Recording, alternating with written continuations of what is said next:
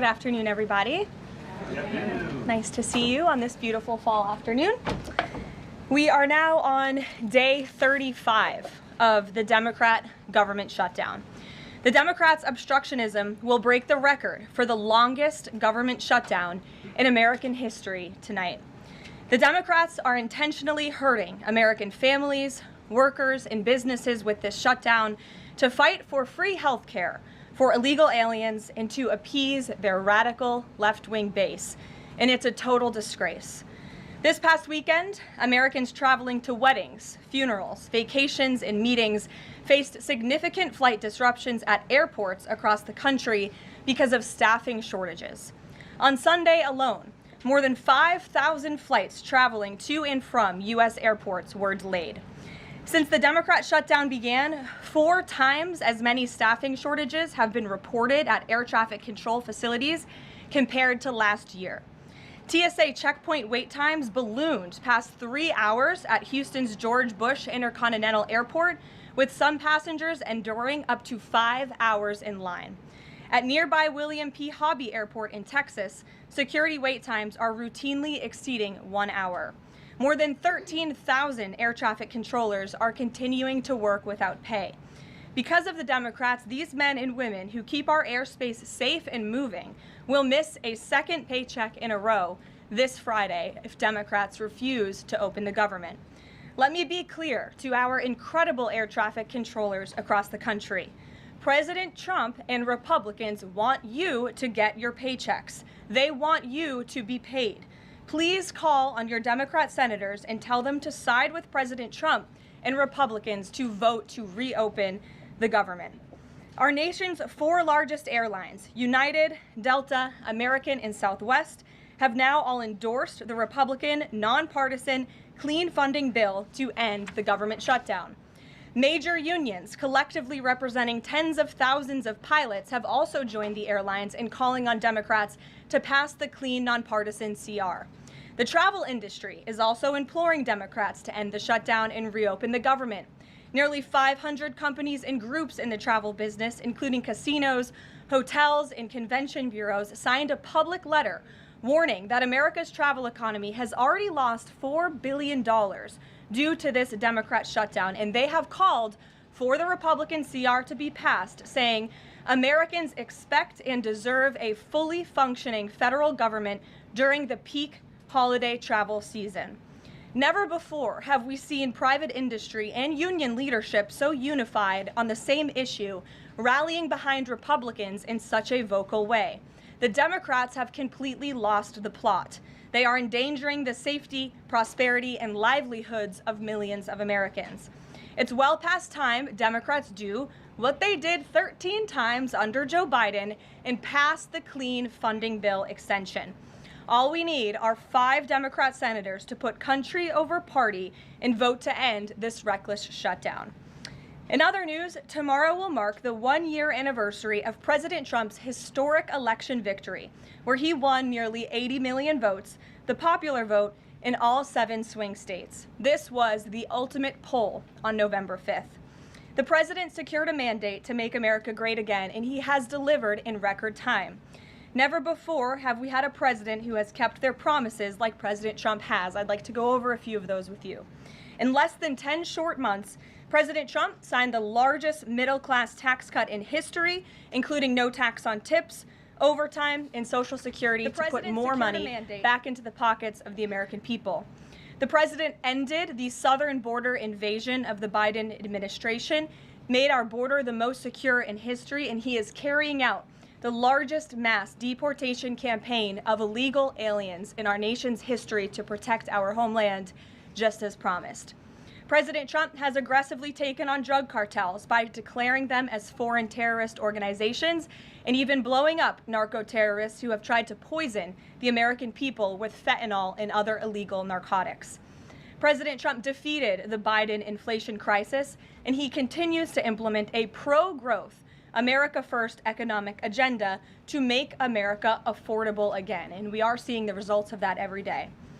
Inflation has remained low and steady, averaging just 2.5% compared to the painful average of 5% under Biden, and we know it was historically higher than that for most of President Biden's term. Meanwhile, real private sector wages are on track to rise by almost $1,500 since President Trump took office, a significant change to the Biden years where private sector wages declined and were being wiped out by inflation. President Trump has ended the reckless war on American energy and unleashed energy dominance, with gas prices now plummeting to their lowest average levels in more than 4 years.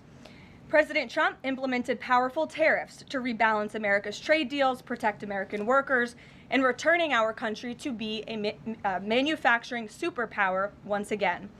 As a result, the president has secured trillions and trillions of dollars in private and foreign investments into the United States, which are creating high-paying jobs for the greatest workforce in the world. The president has restored America's place as the leader of the free world through his unwavering peace through strength foreign policy that has already ended 8 wars and counting. And the president ended illegal DEI initiatives in our federal government and is returning our country to a merit-based society based on common sense. President Trump protected opportunities for women and girls to compete safely and fairly by continuing to keep men out of women's sports. Americans have a president who works tirelessly, literally 24/7, to improve their lives and make our country better than it has ever been before. So with that, today we will open it up to questions, and we will start with our independent journalist in our new media seat, Julio Rosas. Julio, please start. Thank you. Thanks, Caroline. So over the weekend in Mexico, a mayor in Michoacan, Carlos Manso, he was assassinated while celebrating Dia de Muertos with his family. His assassination has sparked a lot of outrage. A lot of Mexicans are very upset. They're blaming President Claudia Sheinbaum for not taking the cartel threat seriously enough. Yesterday, she said that, once again, she's not going to allow any foreign military intervention to take on the cartels on Mexican soil, and that Mexico is not going to pursue a drug war similar to what they've done in the past. So my question is President Trump satisfied with Claudia Sheinbaum's approach to cartels? And if not, has Manso's assassination kind of opened up some new options for the United States to pursue regarding cartels? Well, first of all, with respect to this specific news item and this alleged assassination that took place in Mexico, I know the Trump administration, we are aware of that, and of course we condemn all political violence anywhere in all forms. As for Claudia Sheinbaum and the president's relationship with her, I think he has a lot of respect for her as president of Mexico, and he also really appreciates the coordination that she has provided to the Trump administration. I can't speak for her and what she's doing internally in her country. I can speak for the president in saying we are continually pushing Mexico to do more to tackle the drug trafficking and the drug cartels within their country, and we are working with them in any way that we can. And the president has obviously used the full range of executive options in his authorities to crack down on drug trafficking at our southern border. And to designate these cartels as foreign terrorist organizations, and additional actions as well. Just one more question. Sure. So at the Antifa roundtable that we were at just last month, myself and the other panelists made the recommendation to the president for, speaking of foreign terrorist organizations, to have Antifa not just be domestic terrorist organization, but be designated as a foreign terrorist organization since they have cells in other countries. He mentioned to Secretary Rubio, because he was in the room at the time, to look into that. So I just wanted to see if there's an update on that. Sure. That process is most definitely taking place. I don't have any announcements for you on that today, but I can certainly assure you the administration is working on it, and I'll check in on it and get back to you, Julio. It's a good question. Thank you very much. Jackie. Thank you, Caroline. Zoran Mamdani blamed the president for bomb threats and intimidation at polling locations. He said, quote, part of the general approach of the Trump administration has taken to intimidate voters with baseless allegations of voter fraud as a means of trying to repress the voice of Americans across this country. I want to give you a chance to respond to that. Yeah, I saw those comments from Mamdani. I think they are completely irresponsible, and they are based on zero evidence. And I think this is just another example of how the Democrat Party unfortunately stands for nothing. All they stand against is President Donald Trump. And I think it's quite sad to see that we have someone at the top of the ticket on an election day today saying such things about the president when he obviously had absolutely nothing to do with those threats. And on the shutdown, Democrats have been pretty quiet about the president's push for the nuclear option, terminating the filibuster. Is there any concern around here that Democrats might actually want Republicans to get rid of the filibuster so that one day, when they're in power again, the door's already open for them to pack the Supreme Court, give statehood to D.C. and Puerto Rico, make mail-in balloting permanent, those kinds of things? I think the president has been very realistic and strong in his position on the filibuster. He's been very vocal about it. I just spoke to him about it. He feels really strongly about this. Republicans need to play tough and they need to play smart. That's how the president feels. And we know that Democrats, if they are ever given a chance at power again in this city, they will absolutely take away the filibuster from the United States Senate. In fact, you had 49 Democrats who already voted to do this before. The only reason it did not move forward was because you had 2 Democrats who are no longer in office because they were run out of town by the far left radical base of their party. And so President Trump is quite clear on this. He wants to see Republicans move as many good pieces of legislation for our country forward in the next 3 years of his administration as they possibly can, and the filibuster is one means to doing that. Talked to Johnson and Thune about it. I know that they had both voiced some opposition. Have there been any conversations with them? He has. He's made his position to them very clear, both publicly and privately. Ouija. Can you help clear up some confusion about SNAP benefits? Because Sure. The president just posted that they will only be given out when the radical left Democrats open the government and not before. But just yesterday, the administration said it would comply with a court order to expend the full amount of SNAP contingency funds by end of business day yesterday. So did the administration distribute that money or defy that court order? No, the administration is fully complying with the court order. I just spoke to the president about it. The recipients of these SNAP benefits need to understand it's going to take some time to receive this money because the Democrats have forced the administration into a very untenable position. We are digging into a contingency fund that is supposed to be for emergencies, catastrophes, for war. And the president does not want to have to tap into this fund in the future, and that's what he was referring to in his Truth Social post. So the Department of Agriculture, as for the latest SNAP payment in the judge's order, put out guidance to states today on how to get that money to the recipients of SNAP. But it's going to take some time. The best way to get the full amount of SNAP benefits to those beneficiaries is for Democrats to reopen the government. So to anyone who is a SNAP beneficiary at home who needs that assistance, and the president was just saying, this is for people who are truly needy, who need food, who need this assistance from the United States government. Democrats are holding it up and making it difficult for the administration to get those payments out the door. So if you are at home and you want your SNAP benefits, call the Democrats and tell them to reopen the government. Blocking that contingency fund for the future if this shutdown lingers on?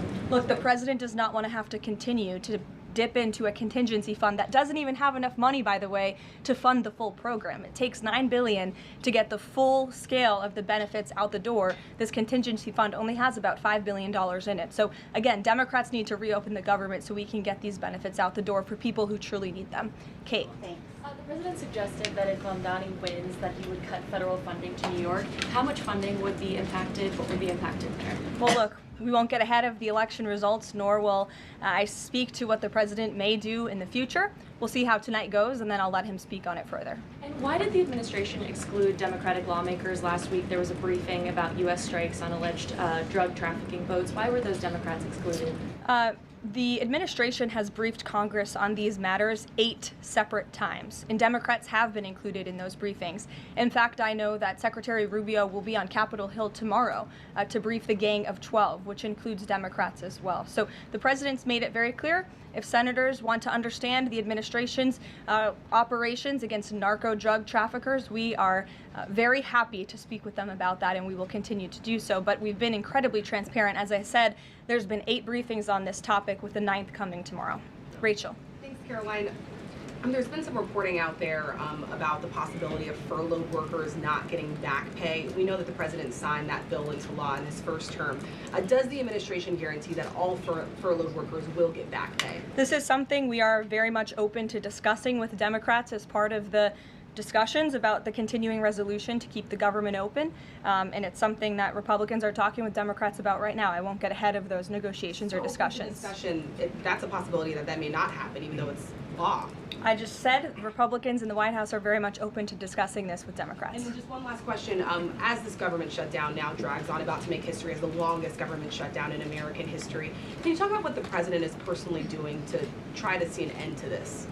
He's pushing Republicans to keep voting and to keep opening up the Senate floor to vote for the clean continuing resolution.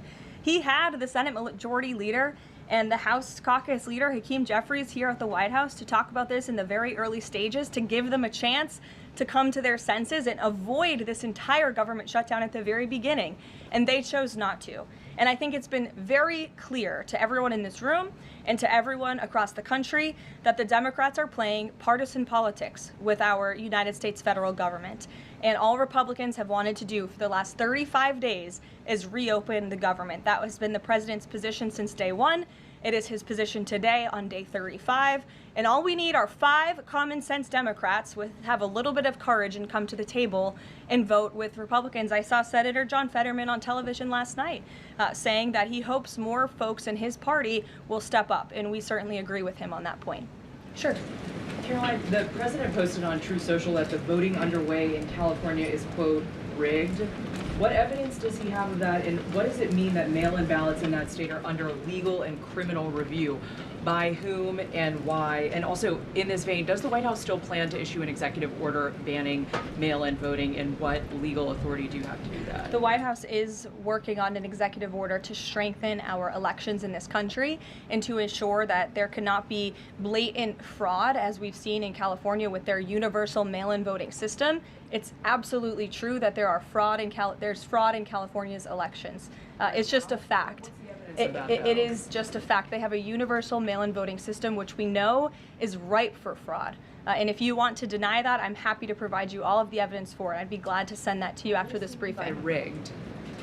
Fraudulent ballots that are being mailed in the names of other people, in the names of illegal aliens who shouldn't be voting in American elections. There's countless examples, and we'd be happy to provide them. As for executive action the White House is taking, yes, we are looking into that. And like any executive order, of course, any executive order the president signs is within his full executive authority and within the confines of the law. Stephen.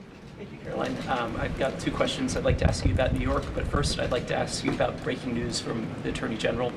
She revealed just about an hour ago that the Biden Justice Department seized President Trump's official first-term phone and subpoenaed his private phone records.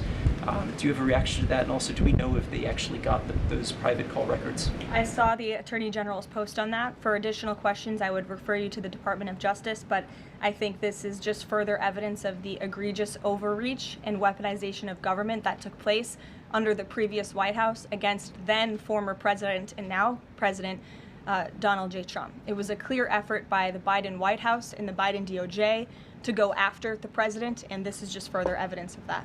On New York, we've seen the president's messages that he's put out, but could you describe how he's feeling as a New Yorker watching this election? Well, the president is a New Yorker and he loves New York. It is his home. He talks about that all of the time, and he's made his thoughts on this election quite clear, I think, himself. In the back, yes, go ahead. Thank you. Over the weekend, there were reports. I was going to you in the green, but go ahead and then you can have your question. Thank you. Over the weekend, there were reports that President Trump was due to host President of Syria, Ahmadinejad, on Monday. Do you have any preview for that meeting? Is he expected to invite him to join the U.S.-led anti-ISIS coalition? I can confirm that that meeting will be taking place here at the White House on Monday, and this is part of the president's efforts in diplomacy to meet with anyone around the world in the pursuit of peace. And as you know, when the president was in the Middle East, he made the historic decision to lift sanctions on Syria to give them a real chance at peace. And I think the administration, we've seen good progress on that front under their new leadership. And so he will be here at the White House on Monday, and I'll let the president speak further on it on Monday.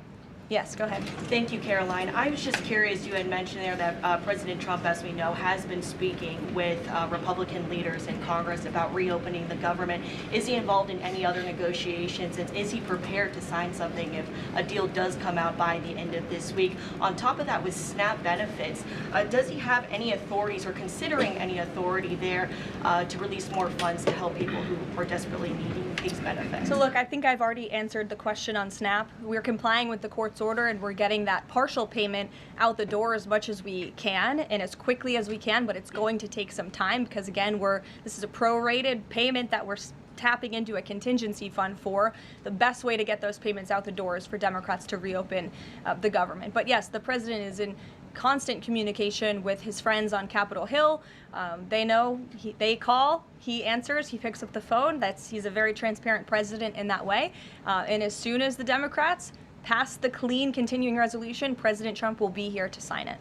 Michael. Thank you, Caroline. President Trump has threatened to go into Nigeria guns ablazing if Nigeria's government does not stop the killing of Christians in that country.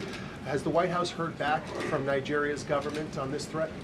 As the president stated, Michael, if the Nigerian government continues to allow the killing of Christians, the United States will immediately stop all aid and assistance to Nigeria and may take action to wipe out the Islamic terrorists who are committing these horrible atrocities, especially against innocent women and children. I don't have any further announcements on that for you today, but I can assure you the President of the United States is watching this situation unfold very closely, as is our Secretary of State, Marco Rubio.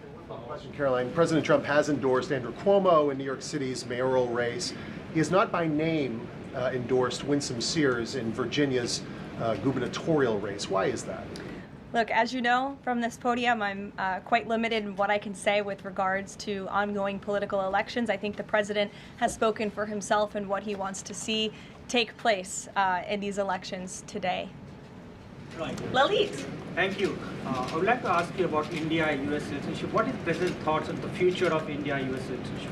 I'm sorry, Lalit, can you repeat that? What is President's thoughts on future of India-US relationship?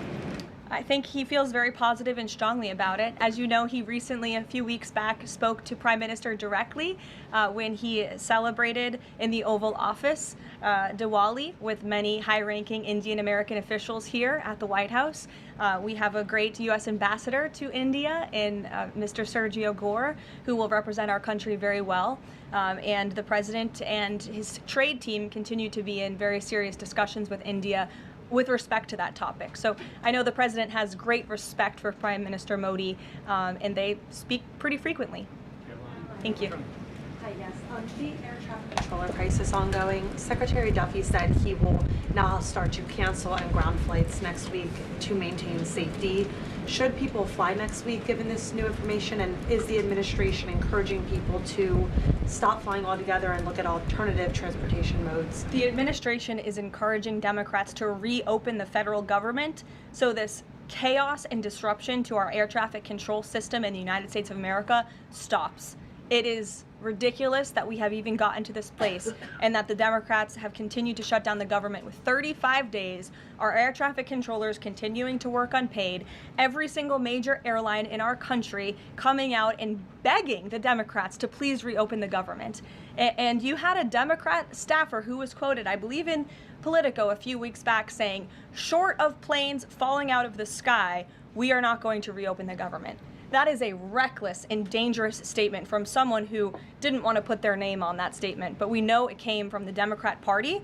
And I think we're very clear. We want to reopen the government so we can resume travel in the safest and most efficient way possible, especially as we head into the busiest travel season of the month. We have Thanksgiving in a few weeks. And so Americans across the country need to make it very clear to their Democrat representatives that we want this government to be reopened so we can resume safe and efficient travel. Fran. Caroline, as of last I checked, the president still had not commented on the death of former Vice President Dick Cheney. Is the White House involved in funeral arrangements in any way? Does the president plan to speak at the funeral? Has he spoken to anyone in the Cheney family today? And does the White House have an opinion on whether or not the former vice president should lie in honor or stay in the Capitol? I don't believe the White House is involved in that planning, or at least hasn't gotten to it yet. I know the president is aware of the former vice president's passing, and as you saw, flags have been lowered to half staff in accordance with statutory law. Jasmine. Thank you. Back on the question of the filibuster, how much political capital is President Trump willing to expend to get Republicans to do what he's asking? I mean, will we see him at the Hill? Will he be calling folks over here? What exactly is President Trump planning to do outside of these true socials and maybe some of these private conversations to get Republicans to fall in line? Look, I think you'll see. I think you'll see the president continue to engage very strongly and consistently with his friends on Capitol Hill. I don't have any meetings to read out for you at this time, but I think you should stay tuned and keep your eyes on Truth Social on this matter. The president's making his position on it quite clear. And again, he is right. Republicans need to play tough. We know that this is what the Democrats will do if they are ever given the keys to power again. And he wants to pass as many good pieces of legislation as we possibly can for our country and for our people. That includes election integrity reforms. It includes additional tax policy. It includes, fixing our immigration system further in ways that only Congress can. And the president fears with a Democrat Party that is so radical and opposes everything he does and everything he says, this is the only option for Republicans to move forward. Karen. Question. President Trump said to CBS in the 60 Minutes interview that he did not know the Binance founder, which he pardoned. What exactly did he mean for that? I know it caused. He means he does not know him personally. He means he does not have a personal relationship with this individual. And when it comes to pardons, the White House takes them with the utmost seriousness, and the president understands the responsibility that he has as president to issue clemency and issue pardons to individuals who are seeking that. That's why we have a very thorough review process here that moves with the Department of Justice and the White House counsel's office. There's a whole team of qualified lawyers who look at every single pardon request that ultimately make their way up to the President of the United States. He's the ultimate final decision maker. And he was very clear when he came into office that he was most interested in looking at pardoning individuals who were abused and used by the Biden Department of Justice and were over-prosecuted by a weaponized DOJ.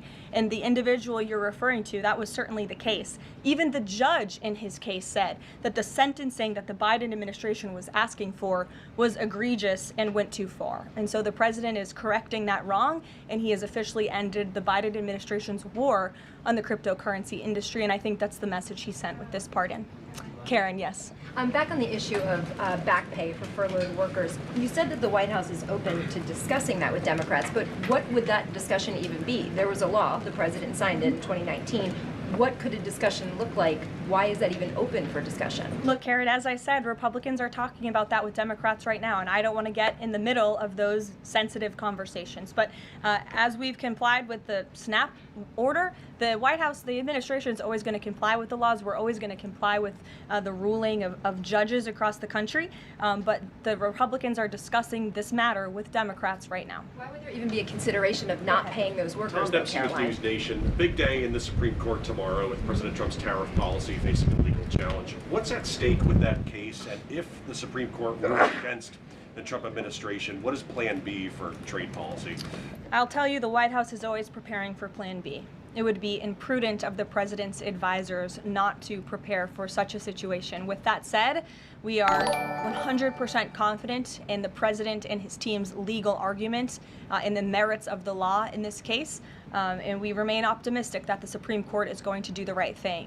The importance of this case cannot be overstated. The president must have the emergency authority to utilize tariffs. Look at what President Trump has been able to do with the leverage and the power of tariffs. He's been able to sign peace deals all over the world and end global conflicts and literally save lives. He's been able to bring in trillions of dollars of investments into our country. In fact, this year alone, we are going to cut the deficit by $600 billion, namely because of the president's effective use of tariffs. And the president strongly believes that economic security is a matter of national security, and tariffs have a lot to do with that. And this case is not just about President Trump.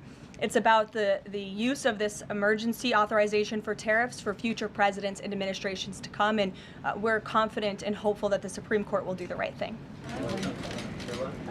Kristen. Why did President Trump get an MRI during his recent visit to Wall Street? Look, as President Trump said, he would inquire with the physicians. I'll check back on that. But as the physical itself stated, Kristen, and as you all know, because you were all witness to it, every single day the president is in optimal physical health. This was a follow-up appointment, and we provided a detailed readout of that physical. I'm happy to give it to you again, and I can inquire further. With all due respect, an MRI is a very specific procedure. It's done on a part of the body looking for something specific, so it's not generally part of any kind of routine checkup. And in addition, President Trump has said that he wants to be transparent. He told us to ask the doctors, which we have and have not heard back. Why don't we have more information on this? As I said, I'll check back for you. Go ahead. Karen, can you update us on the mediation efforts this administration is leading in Sudan, trying to achieve a ceasefire there? Sure, yes. The United States is actively engaged in efforts to bring about a peaceful resolution to the terrible conflict in Sudan. We remain committed to working with our international partners, including Quad members, Egypt, Saudi Arabia, the UAE, as well as others, to lead a negotiated peace process that addresses both the immediate humanitarian crisis and the longer-term political challenges. I actually spoke with Secretary Rubio about this morning, as of course there's been, kind of an uptick in recent reporting on the matter, and he assured me that the administration is very much engaged. We're in pretty frequent communication with those Arab partners that I just mentioned, and we want to see this conflict come to a peaceful end, just as we have with so many others, but the reality is it's a very complicated situation on the ground right now. Yes. Hi, yes. Just trying to go back into the subject of Mexico. Is the Trump administration planning to send U.S. troops to Mexico to combat drug cartels, as reported by other outlets? That's not something I would confirm from this podium if it were happening, so I will not comment on that. Eamon. Thank you, Caroline. Why did the president decide not to go to the Supreme Court tomorrow? He'd indicated earlier that he might want to go and attend in person. Yeah. And now he's saying he's not going to go. Why? The president did have an interest in attending the Supreme Court hearing tomorrow, as I just expressed how important it is to him, the administration, and the country, this case. But he is traveling to Miami tomorrow, as you all know, to give an economic address with the mayor of Miami and many global business leaders to talk about his historic success with the economy over the past 10 months and talk about sort of where we are headed as a country in terms of our economy. So he'll be traveling tomorrow on the road in Miami. That's why he won't be here, but Secretary Scott Bessent will be in attendance at the hearing tomorrow at the request of the president. He has said that he doesn't want to export the high-end NVIDIA chips to China, but the Wall Street Journal reported yesterday that there was some question about whether the president would raise this as a possible concession with the Chinese side during his meeting with Xi Jinping. So does the White House consider NVIDIA chip exports to China to be a closed issue right now, or is this an ongoing negotiation between the United States, China, and NVIDIA at this point? The president has made his position on this very clear, both to the Chinese and also to all of you. He's answered this question directly. As for the most advanced chips, the Blackwell chip, that's not something we're interested in selling to China at this time. Annie. What does the president think of the results of the Virginia or New Jersey gubernatorial races tomorrow, or statewide races tomorrow? Will in any way reflect a voter sentiment towards his administration? Look, Annie, I'm not at liberty to talk about the election results, and I certainly won't get ahead of them. I'm not going to engage in hypotheticals that may or may not happen tonight. We'll have to watch and see. And I'm sure you'll hear directly from the president tomorrow on that point. Quickly on Snap, just really quickly, is there anything that prompted the president's tweet this morning? Because it did seem quite different from some of his other communications about Snap. It seemed a little bit out of the left field. I'm just wondering if he had a conversation or if there's anything you're aware of that caused him to decide to, at around 11 o'clock, to send out that message. Look, the president is constantly well read on the news, as you know, and he is very much aware we are in day 35 of a government shutdown in which these SNAP benefits, we're pushing them out the door. USDA put out that guidance to the states this morning. The president was aware of that, and he wants to make it very clear that these benefits are in jeopardy because of the Democrats, and they should just open the government so that we can continue getting these funds out the door in an easier and more efficient way. There's some new reporting that just dropped a few minutes ago that the Trump administration is negotiating with the makers of Ozempic to sell some weight loss drugs for $149 a month. That's according to the Wall Street Journal. Do you have any more information on that? Can you Department? I think the president has said himself in previous most favored nations announcements that this is something that the administration has been engaged in and looking into. I won't get ahead of the president on any future announcements, but I will echo his strong commitment to bringing down drug prices in this country. And you've heard it directly from Secretary Kennedy and Dr. Marty McCary and his entire Health and Human Services team, how committed the president is to bringing down the cost of drugs, and we're working with pharmaceutical companies to do that every day. Very quickly, Caroline, on SNAP. I know it's been asked, and I know Vija asked it, but I want to put a fine point on it. You talked about the president's post here, and he wrote that SNAP benefits will only be given when the radical left Democrats open up the government. I understand your previous answers, but as written, how would that not violate the court order as it's written? I've now answered this question several times, Gabe. We are complying with the court's order.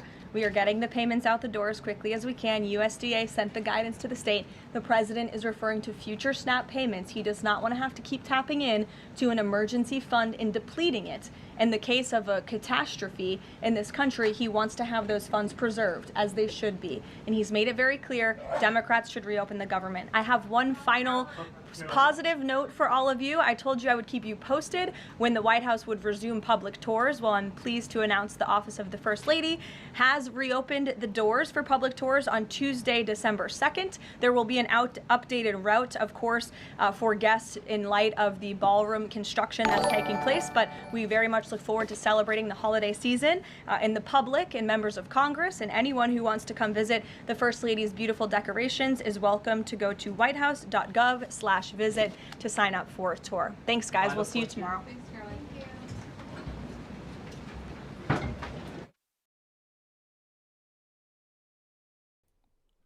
All right, guys, thank you for watching that with me. I want to know, you guys have very strong opinions on this chat. I want to know if you have any questions for me to see that if we can address something here for you.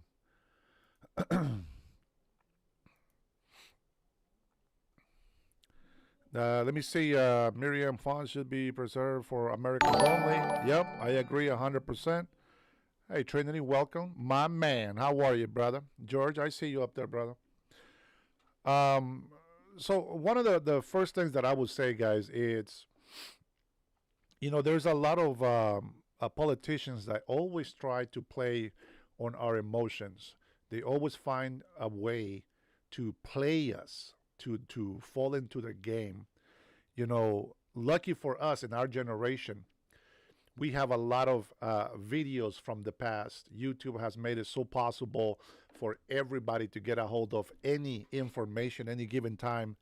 And even though there's a lot of AI information out there, there's a lot of AI videos, etc.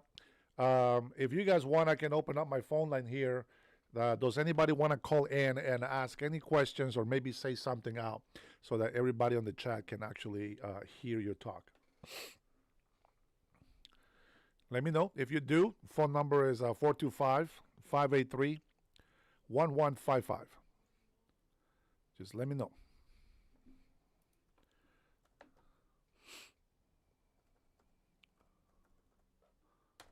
There you go, right in the chat right there. If anybody has a question or a comment or concern that you want to address with all of us.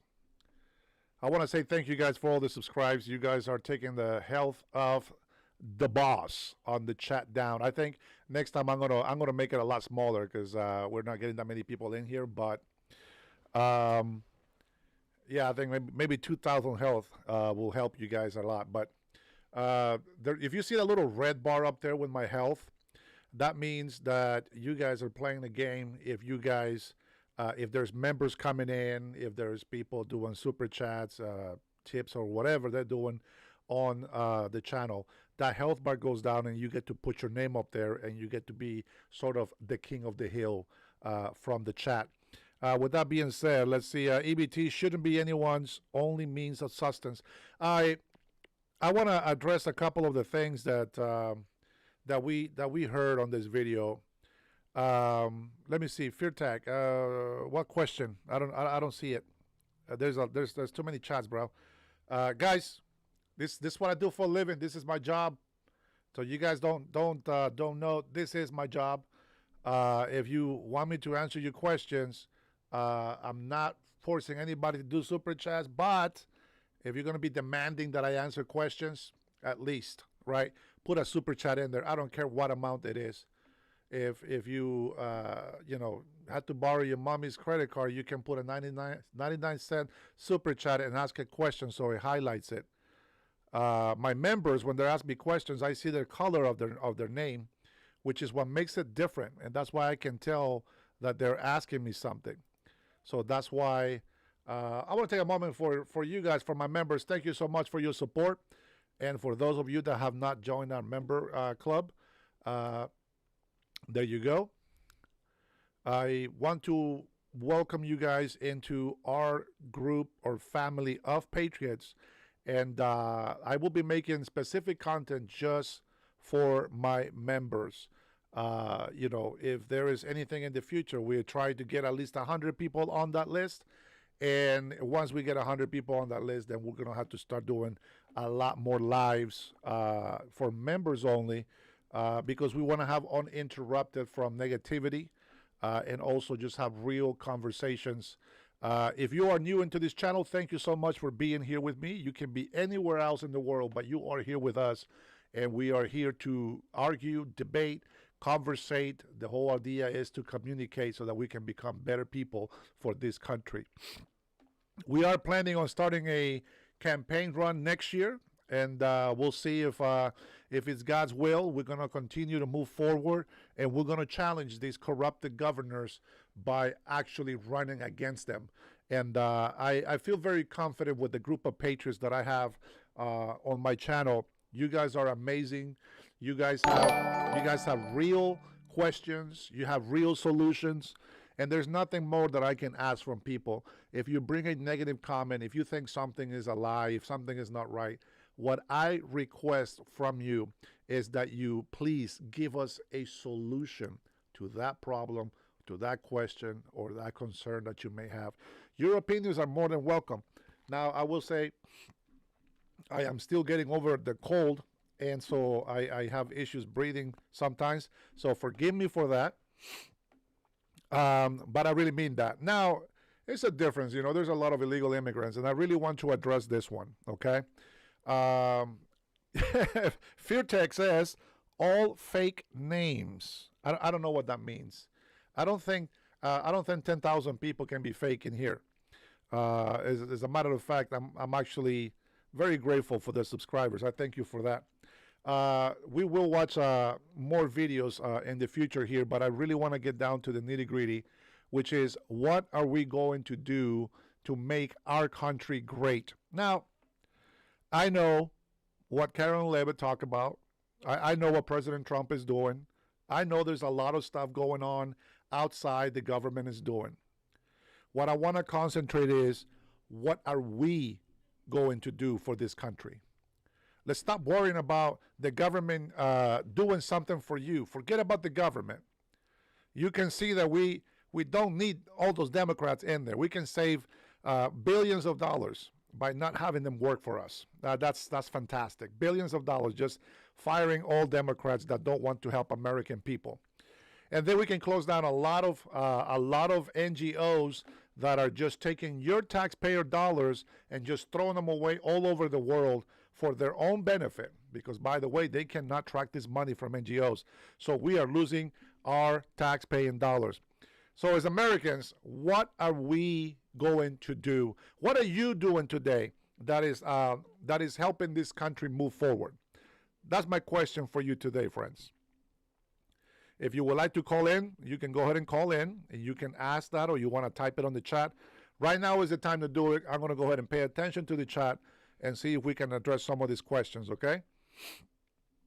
FearTech says fake news. You are not in CNN, my friend, although I think we might have to do a CNN search here.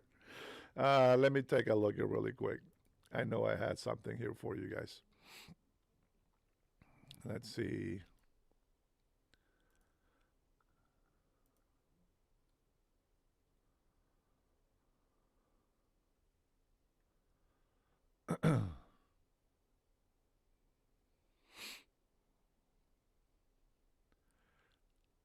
Does anybody know what the results are right now from the New York race?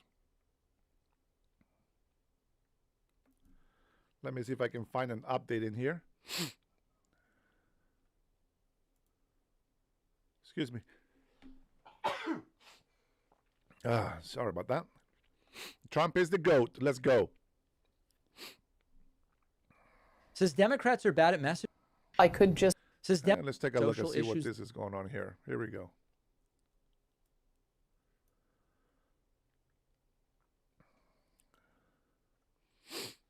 Oh, here you go. Whew, man, Jack is getting beat up. Just beat up.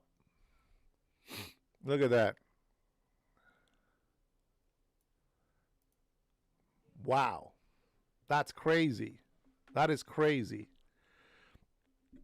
So apparently, people, they never learned the lesson. They keep voting for these people in there. They keep voting for the same people that have been destroying their livelihoods for decades. They'll just never learn. It is what it is, guys.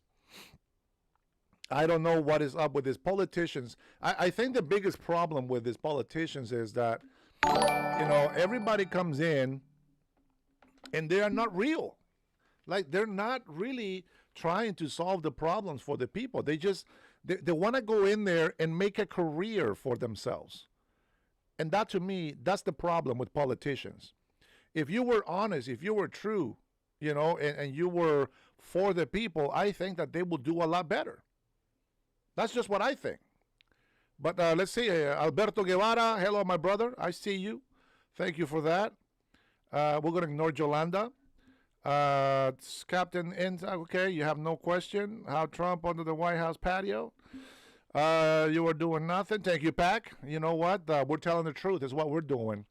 And we're trying to tackle the questions that nobody wants to tackle.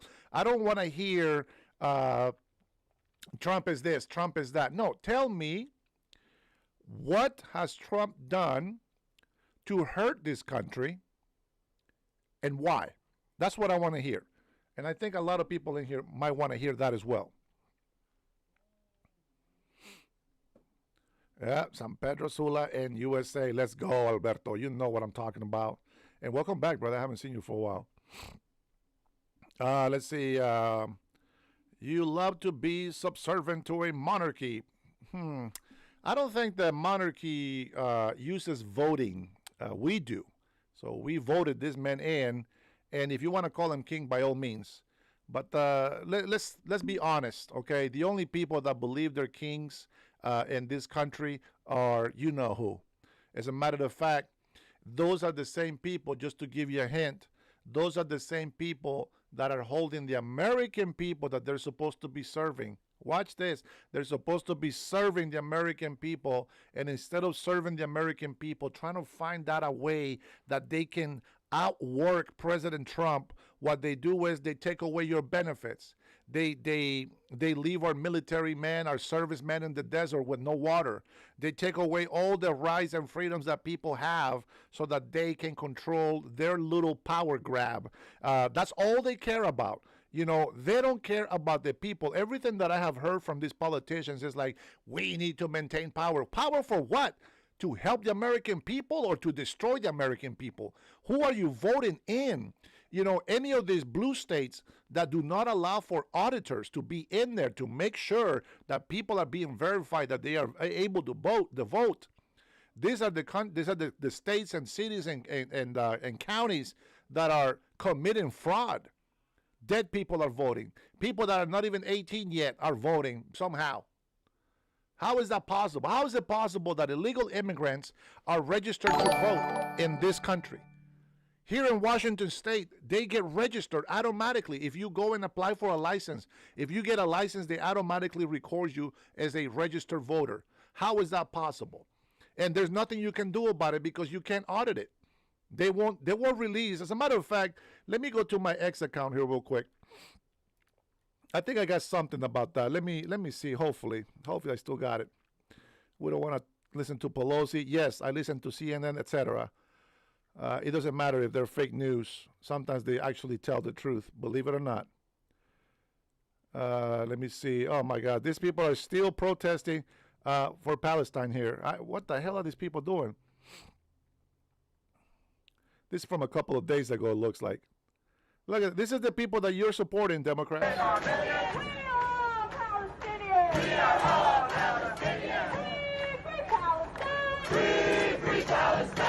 Okay, you're in the United States of America. The Constitution belongs to the United States of America and the American citizens and residents. That's what the Constitution is for. Who, and I see all these dumb white people here, and a lot of some Hispanics and some blacks, who are they cheering for? Are they cheering for America? Free, free, free Palestine! Free, free, free Palestine! Tell me how that's helping the United States of America. This is exactly what I mean about trying to get all these patriots together, coming together for your country. Do you want people to come to our country and start protesting for benefits for their people from other countries, and you're not going to stand for your own people? That's my problem with these people. And it's not just these Palestinians. It's a lot of illegal immigrants that are in this country. We already have a lot of mental health problems, a lot of druggies on the street. We got a lot of people that are very unstable. You guys know that. I know that. You know that. We all know that, right? So we got to come together. I want people, hey, that hot sauce, how are you, brother? I don't know why I call him the hot sauce. That sauce. What are we doing? This is what I'm talking about. What are we doing to help our country? If you go and support people like this, number one, let me just tell you right now, if you see these people in here, right here, these people do not qualify to continue having a visa, to be a green card holder, or to be an American citizen. Right there, by doing what they're doing right now, they can lose those privileges and they can get deported. Every single one of them that is not an American-born citizen and has not been a naturalized American citizen for more than 10 years, they all get to lose that privilege and get deported. Now, I want to make sure that you guys understand this, that when you see white people here, it doesn't mean that they're Americans. They could be Canadians. I can't tell the difference between Canadians and Americans. I just can't. I don't know. I guess all white people look alike. Oh, man, that was hot. That was hot. Let's see. What do we got here? What does George say? How many civil wars did Palestine initiate when allowed to immigrate? Palestinians haven't done anything for their country or for the world. All they have done is come over here and poop all over our American streets. They haven't done anything to help us. You guys are complaining about the economy. You complaining about you can't afford anything because of tariffs. You complaining about how you have nothing. You got no SNAP. You got no free health care. You got none of this stuff, all these benefits that Americans want. You guys complain about all that, and yet you support everything that is stopping you from achieving those benefits. I think I said that right. I think I said that right. So again, what are you doing for America? Number one, if somebody goes and protests the government when the government is doing something for American citizens. I had a lady earlier breaking down over here, yelling in my ear when I allowed her to call in. She's from Hawaii, and she asked a question. I answered the question. Then she starts getting all emotional, and and ICE is arresting American citizens. And I'm like, yeah, because the American citizens are obstructing justice. They are obstructing federal agents. Get the hell out the way. This is not your time to protest. That's not how you protest. Go protest at the immigration buildings. That's where you protest. Go protest at the courts. Go protest there. Don't go protest and become an obstacle and start obstructing justice. You get arrested for that. I don't think people understand this. And you can say that they're being unconstitutional. No, the Constitution tells you need to respect the law. Federal law is very, very strict. Sometimes it can be worse than your local state laws. People will get punished harshly for obstructing federal law agents. You see people being slammed on the ground, they resist arrest. They run. They're not cooperating. I got no pity on that. We had who was it that came in earlier this morning or early this afternoon? He said, I don't feel sorry for them. And I thought that he was going to get mad at me because I'm very tough on this illegal immigrant stuff. And he was going to call in to debate me, but then he comes in and he's like, I got no remorse. I got no feelings for those people. They're breaking the law. So why would I feel sorry for them? And this another Hispanic. And I'm like, bro, this is exactly what I'm talking about. It's exactly what I'm talking about. Donald, go wave those 2 flags over there in Gaza right now. Go to any Muslim country and go wave those flags. I dare you. Don't worry. We will all pitch in to have a nice little casket for when you come back. You're not going to survive, my friend. You're not going to survive. George, this video is just a snippet of how Palestinians like to go into another country and try to change it instead of assimilating. You know what? I think some people might get mad by that word, but let's be honest. If I wanted to make this country Honduran, I would just come in and go against everything the government is saying.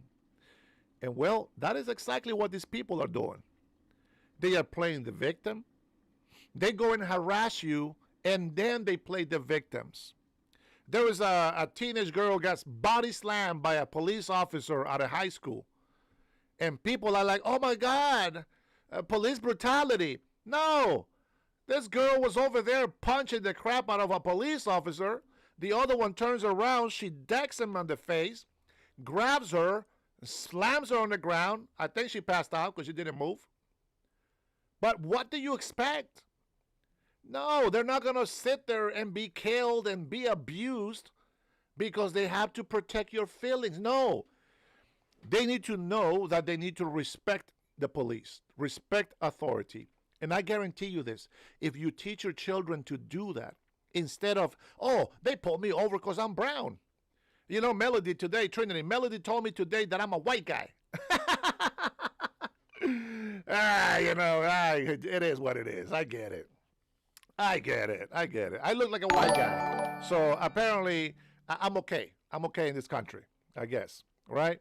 So I think we need to come back. Go back to the old school where people actually got vetted into this country. Those people that got vetted, I'm not saying that they're going to be perfect. You can be vetted just like you can be born American here and become a gangbanger, a criminal. Anybody can do that. But what I'm saying is that when you vet people in here, at least you minimize that problem, right? You minimize the drug trafficking. You minimize the possibility that somebody's going to bring in and start trafficking children, start human trafficking. You minimize it by abiding by those laws. We know a lot of stories where people have died because they have put him on the back bed of a truck, and they put wood on top of it so that they can smuggle him into the country. And because of the exhaust from the truck, all those people have perished inside. They made it across the border, but they all perished. You cannot allow illegal immigration to be a thing. You got to fight for your country, guys. You got to fight for your country. And I'm not talking about go over there and be racist and be prejudiced with all these Hispanics and Asians and all these Middle Eastern people, whatever. We have, hey, Brian, what's going on? We have a lot of Muslims, and they have been multiplying in the last couple of decades. And I'm going to tell you something. 18 years for somebody that wants to destroy our country is nothing. They can come here by the hundreds of thousands. Just look at about this. You got to do some math. If you get 100,000 people into this country that hate this country or that are faithful and loyal to their evil religion or evil country regime or whatever they're from, and you allow 100,000 people to come in here and they start reproducing 1, 2, 3, 4, 5 children 1 year after another, 1 year after another. Number one, we're paying for those pregnancy deliveries. We're paying taxes for those people. We're giving them food stamps. They're getting free medical that Americans are not getting, but they're getting it.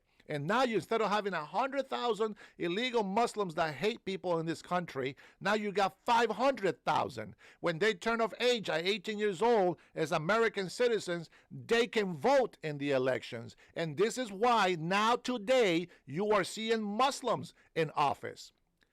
Rashid Tlaib hates this country.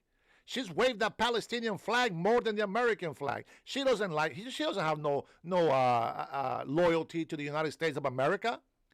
She cares about Palestine, and she's very stupid, by the way, because if she would have supported Trump, Trump probably would have done something more for Palestinians. But they keep pushing the envelope, so he has to go the other way around. If they were smart, they would have played it a little bit different. But the plan is still in place. This is what they have said in public. And it's like people don't hear the news. People don't hear these people telling their other Muslim people that we need to create more mosques.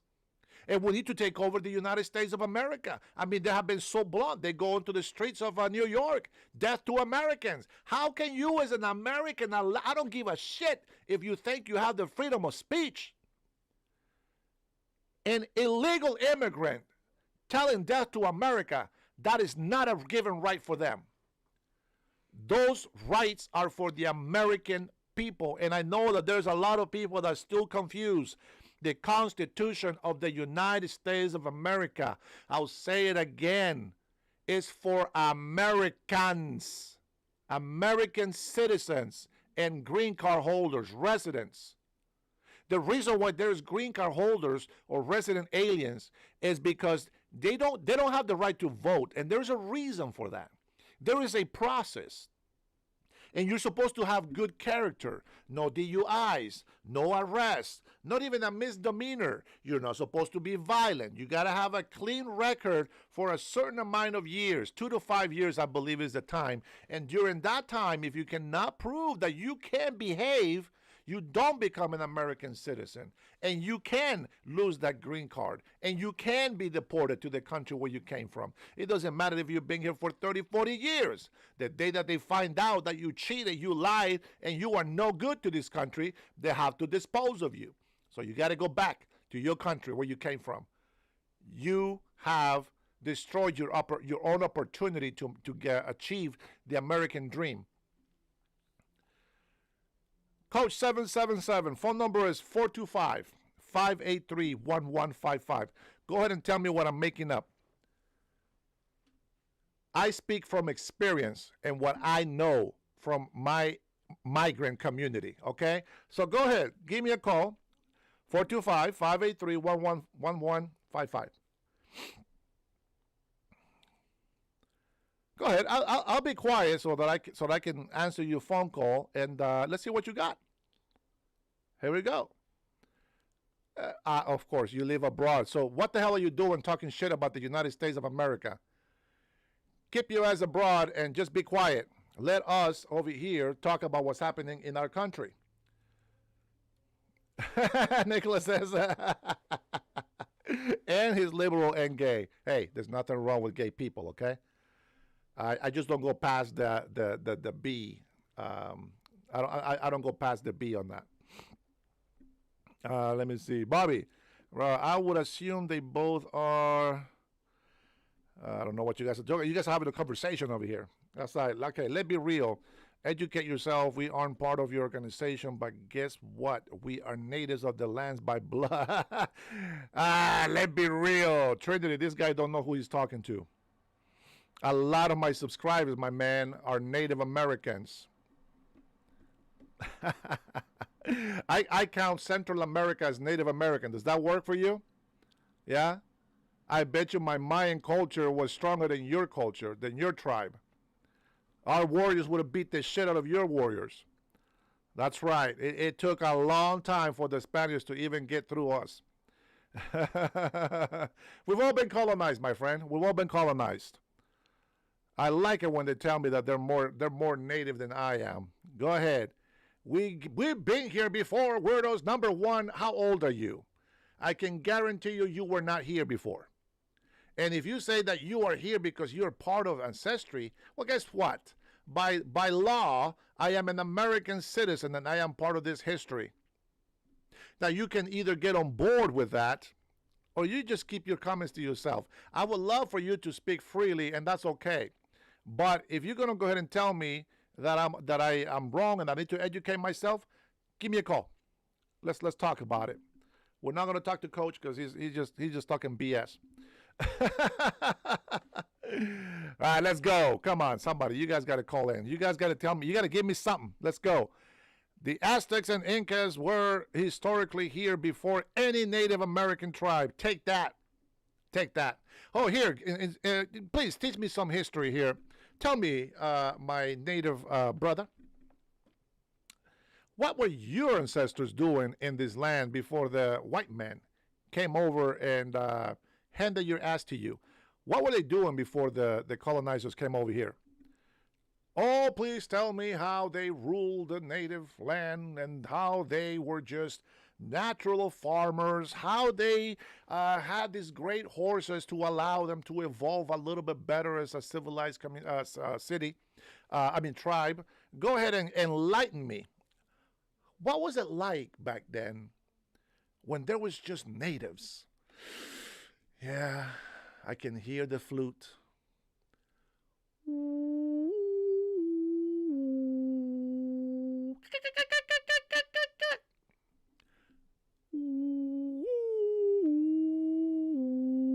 Yeah, I can hear it. Tell me how much peaceful they were back then. Did they practice any witchcraft? Did they love every tribe that they came across with? See, today, because you guys are all losers, you call yourself, oh, we are natives. We were here before. No. The people that are victorious, they don't claim your bull crap. You want to talk about, I need to educate myself on history, well, come on with it. I love to hear it. I had a friend, his name was Wild Horse. He agreed with me. As a matter of fact, he talked so much shit about his people. I was like, whoa, hey, bro. Hey, man, bring it down a couple of notches. You know what I'm saying? Like, be nice. No, that's it. Oh, man, that's a good question right there. What is the fastest way to calm a woman when she is angry? Oh, man, I don't know. I'm not even going to pretend that I know that. Here we go. Joetta said, aw, yes, I am having a wonderful weekend. Welcome. How are you? It's good to see you in here. Okay, somebody's going to give me some native history. Hold on, guys. We're going to learn something. All right. Who is... Did that...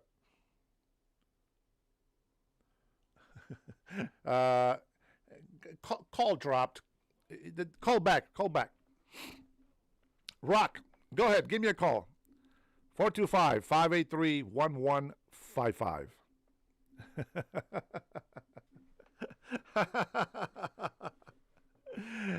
No, Trinity, but I just say bring it down a couple notches.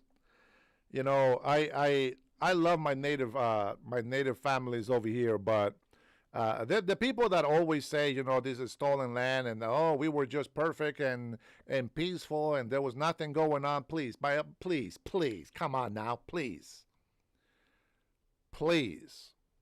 That's right. Better. Let's see. Okay, Ultra says, you are playing a stupid game for views. No. Here's the phone number. It's not, well, it is entertainment, but I'm entertained. Are you not entertained? Yes, I am a clown, but I'm very serious when I need to be. Come on. Somebody that called. Do you want me to call you back? You guys can do *67. Don't put your phone number on the chat to call you. This is a burner phone. This is not my phone for real phone. But I am paying for it. I know, that's crazy. The government's not paying for it. I'm paying for it. How does that work? Go ahead and call me back if the call dropped, okay? I promise it wasn't me. Welcome. We keep fighting, says Brian. Oh, man. Brian, I really hope that you make some time to come this way, man. Just come near Seattle. I'll drive wherever you are, and we can go hang out and show you how beautiful Washington State is. You know what would be awesome?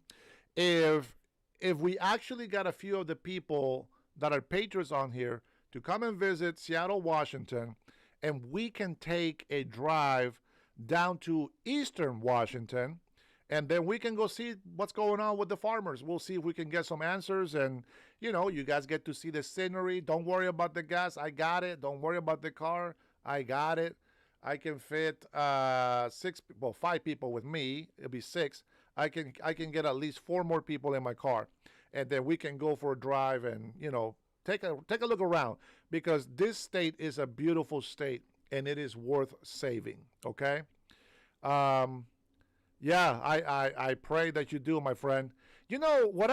I wish that these illegal immigrants that came to this country, I mean, it's a chance, right? Okay, hold on thought. Remind me that I was saying something about illegal immigrants. Hey, thanks for calling. Hey, how's it going? It's going good. What's your name? Oh, my name is Chris. Chris. I'm calling out of Baltimore. Oh, Baltimore. All right, Chris. What can you tell us here about some history that we don't know about? So, I'm not an expert by any means, but from what I know, the natives were basically a civil war with each other. It wasn't like a like a happy community where they were dancing, smoking weed, and all that. Smoking weed. Yeah. I get you. Yeah. I mean, I also do think that Christopher Columbus stole the land, but I mean, that's kind of like just my personal belief, but I just don't see how you can say you discovered something that already has people living at it. Yeah. But well, when it's you like if I go to your house, yeah. If I go to your house, how do I discover that when you live there? Well, he discovered it, but for himself.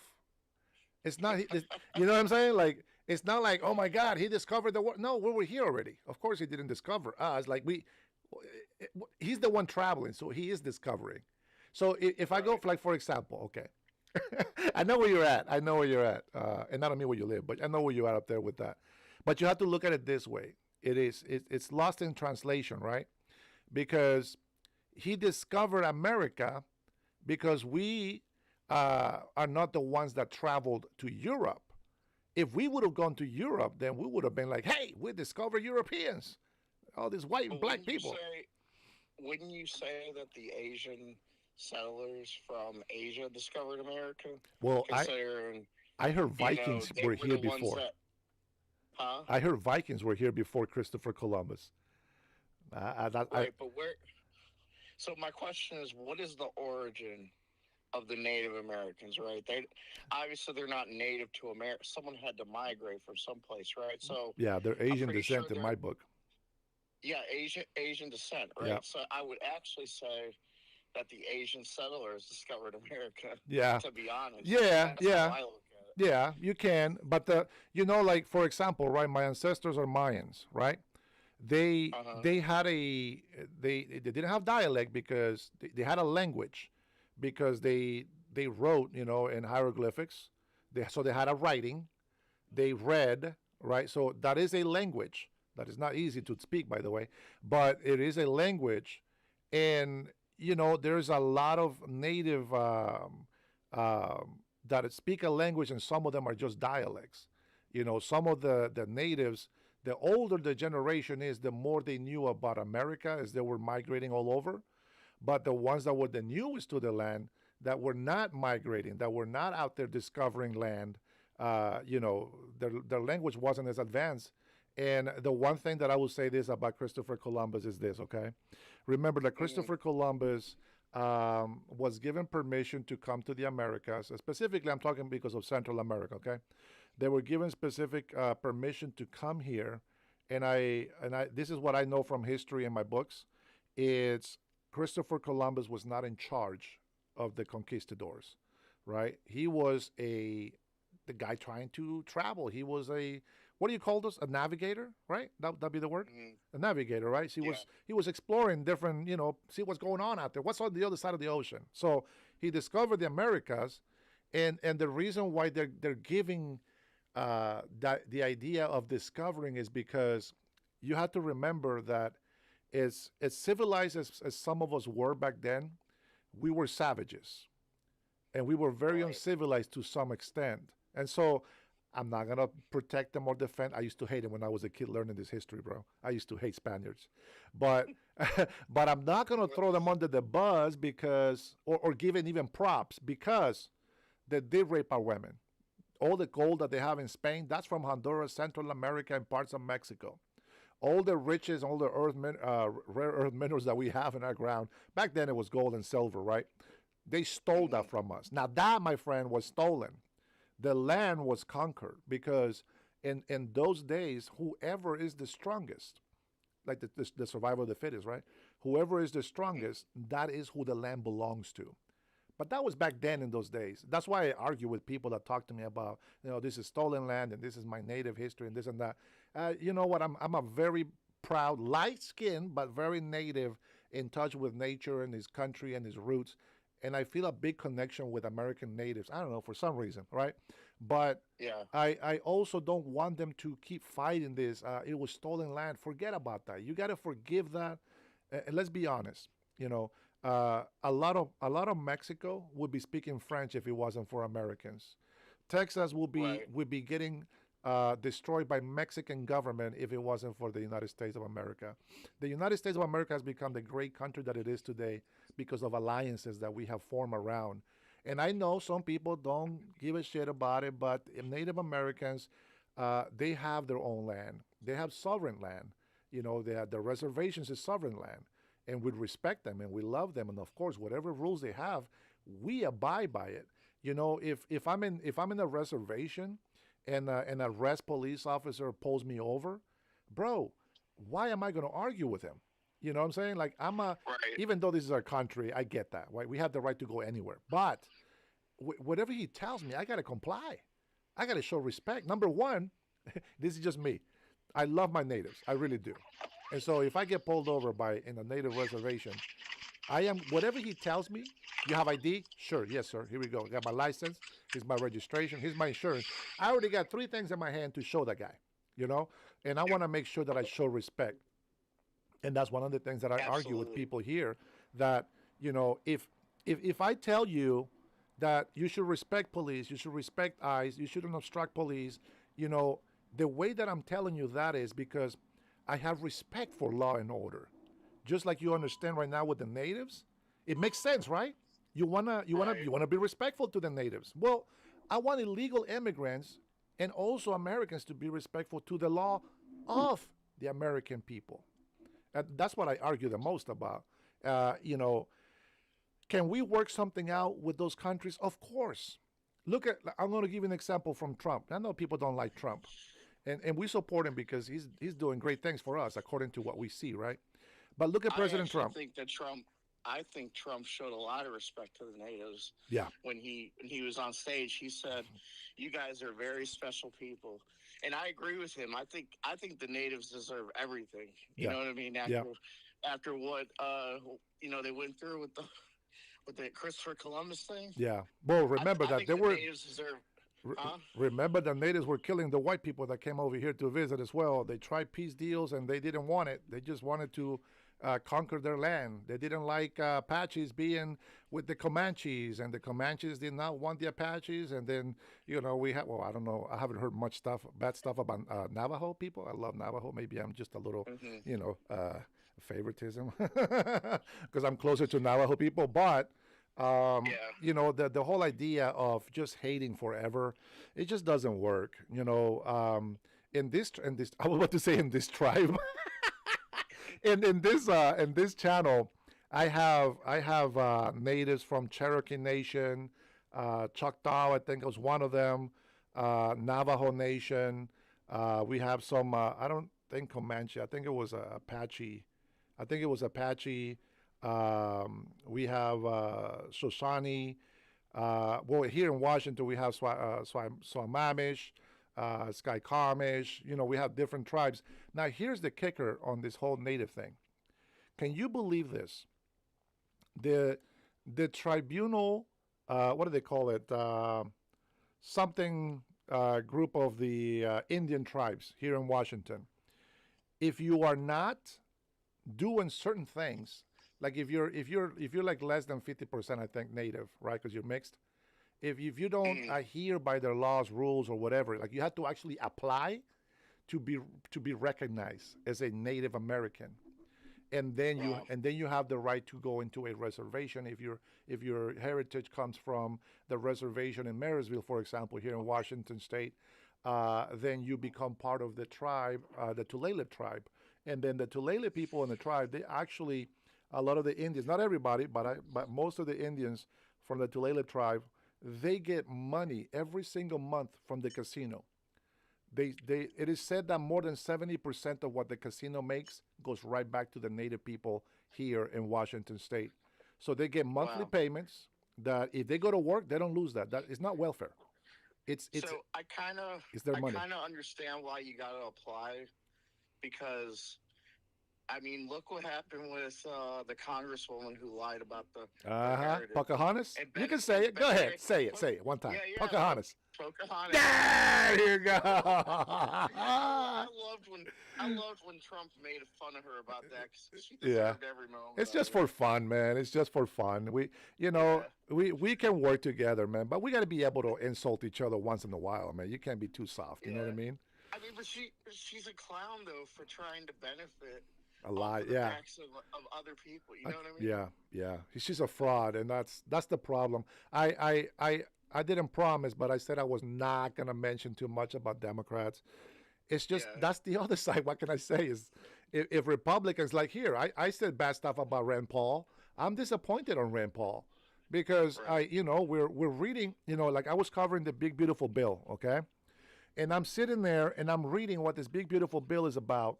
And then I saw in there that they were going to do a lot of cuts, right? No illegal immigrants will benefit from the big, beautiful bill. The health care, a lot of body able to work, blah, blah, blah, this and that. They talk about no taxes on TIP. They talk about no taxes on Social Security, this, and that, right? Now, there's a lot of people that they hear something, and that's what they believe, but they don't do any research. And so I'm like, okay, well, wait a minute. I hear what you're saying, but let me see what that means. And so I found out that if you are able to work, all you got to do, check this out, it's so easy. All you got to do is get a part-time job, 20 hours a week, and you qualify for those benefits. That's it. Right. So you work 20 hours a week, piece of cake, part-time. You get food stamps. You might even get cash. Maybe you don't get cash, but you get help with housing, Section 8, anybody, right? And then you get your free medical. And bada bing, bada boom. Right. Here's the problem. You are just going to be like a person that lives in this country paycheck to paycheck. You see, the government doesn't want to put those benefits to help you prosper. Like, for example, I don't know if it's possible, but we're going to try. If we win, right? If we win for the next run, if we win, I'm going to try to find out if it is possible to raise the qualifying level of income, because I feel that the bar to qualify for food stamps or for free medical, it has been kept here, but inflation keeps going up and it keeps going up. And no, this got to come up too. Just because you're making $35,000 today, it doesn't mean it's $35,000 10 years ago. You know what I mean? This is why the minimum wage goes up slowly. The problem is, as we talk about the natives, they have to apply to be able to belong to a tribe. They have to respect the rules and the laws and all this other stuff, and then they'll probably get a benefit. It is the same thing with migrants that come over here. They got to be vetted. They got to apply, and if they don't get permission, they don't get to go in there. And if they get to go in there, they might just get punished, spend some time in jail, and kicked out. So it's kind of the same thing. And you see how these things are like all connected? You can't just talk about one thing and leave the other one. It's all connected. So I really mean it when I said we need to cancel everybody's SNAP completely, destroy it. It doesn't exist. And we need to have everybody apply again. And this time, we need to make sure that it's being audited, that it's being supervised, that they're really qualified, and that there's actually people that know, yes, this is actually true, and then give people benefits. But we just can't help Americans if we keep taking the burden of the world. Everybody complains about the economy, but they don't think, wait a minute, how can we make money to get to give to the economy to be able to have these benefits? If we don't take care of our borders, our American people are going to lose their benefits. That's just how I see it. That's why I fight hard for it. Even though I'm not getting those benefits, I still believe that people need them, but it should be for Americans only. Yeah, that's where I'm at. Yeah, I 100% agree with that. Man, I appreciate honestly. it. Thanks, brother. All right, let's see. We got. You're, Washington. Are you Washington State or Washington? That's right, DC? Washington State. Yeah. Oh, okay. Yeah. So I got to ask one more question before. Yeah, go ahead. I was going to ask you. How do you feel about them basically removing like representation on sports teams? Like I've seen for years, like they were saying like really the only people that were offended by the Redskins team was basically white liberals. Yeah. I just don't know how true that is. Like, does an actual Native American get offended by that name or like? That's a good question, bro. I was just curious. You know what? We have the Indians, right, from Indianapolis. Where did they get the name Indians? Indianapolis. Indianapolis. There you go. That's where you get Indian. Here's the other thing too. Is like, why do we call Native Americans Indians when they're not from India? Because the word Indian for us is Latin, which means in God's people. That's why I call myself Indian. And I know, I know. I am not that kind of Indian. You can say I'm a native Indian. How's that? I don't know. I don't even know how to say it no more. American Indian. Would that work? I don't know, man. Just American now, I guess. That's why I'm asking these questions, because like I'm not totally an expert, and I figure I'd ask you because you're from the culture. Yeah. Well, for one, I'll tell you something, and I think a lot of people here will agree with me. The Redskins were badass, bro. When you hear the name Redskin, you got the dark red Indian with the feathers, the chief, the warrior. I mean, that's what it was all about, really, And I used to get pumped, and we do the Florida. I did all the what do you call that? The tomahawk, I think it's called. I mean, it's all in good fun, but I mean, Florida. I think Florida still does that, right? The tomahawk. I'm not sure if they changed that, to be honest. But every time I play sports, I've never been the best. I was always like above average, right? I was very good, but I always attributed my athleticism to my Indian side of my culture. And I've always been proud of that, bro. I would have loved to be a Redskin. I think it's awesome. I think it's a compliment. Look what they did. These guys are so racist that they took the pride of our Redskin Indians and they name it something white. Colonizing. Yeah, Commander. Bro, that's like the slap in the face. You know what I'm saying? Oh, bro, come on. You got to stay with me, man. These people just... I don't know, man. I supported Democrats a lot because I believe what they were doing was a good thing. I supported Obama. Why? Number one, for one main reason. One main reason.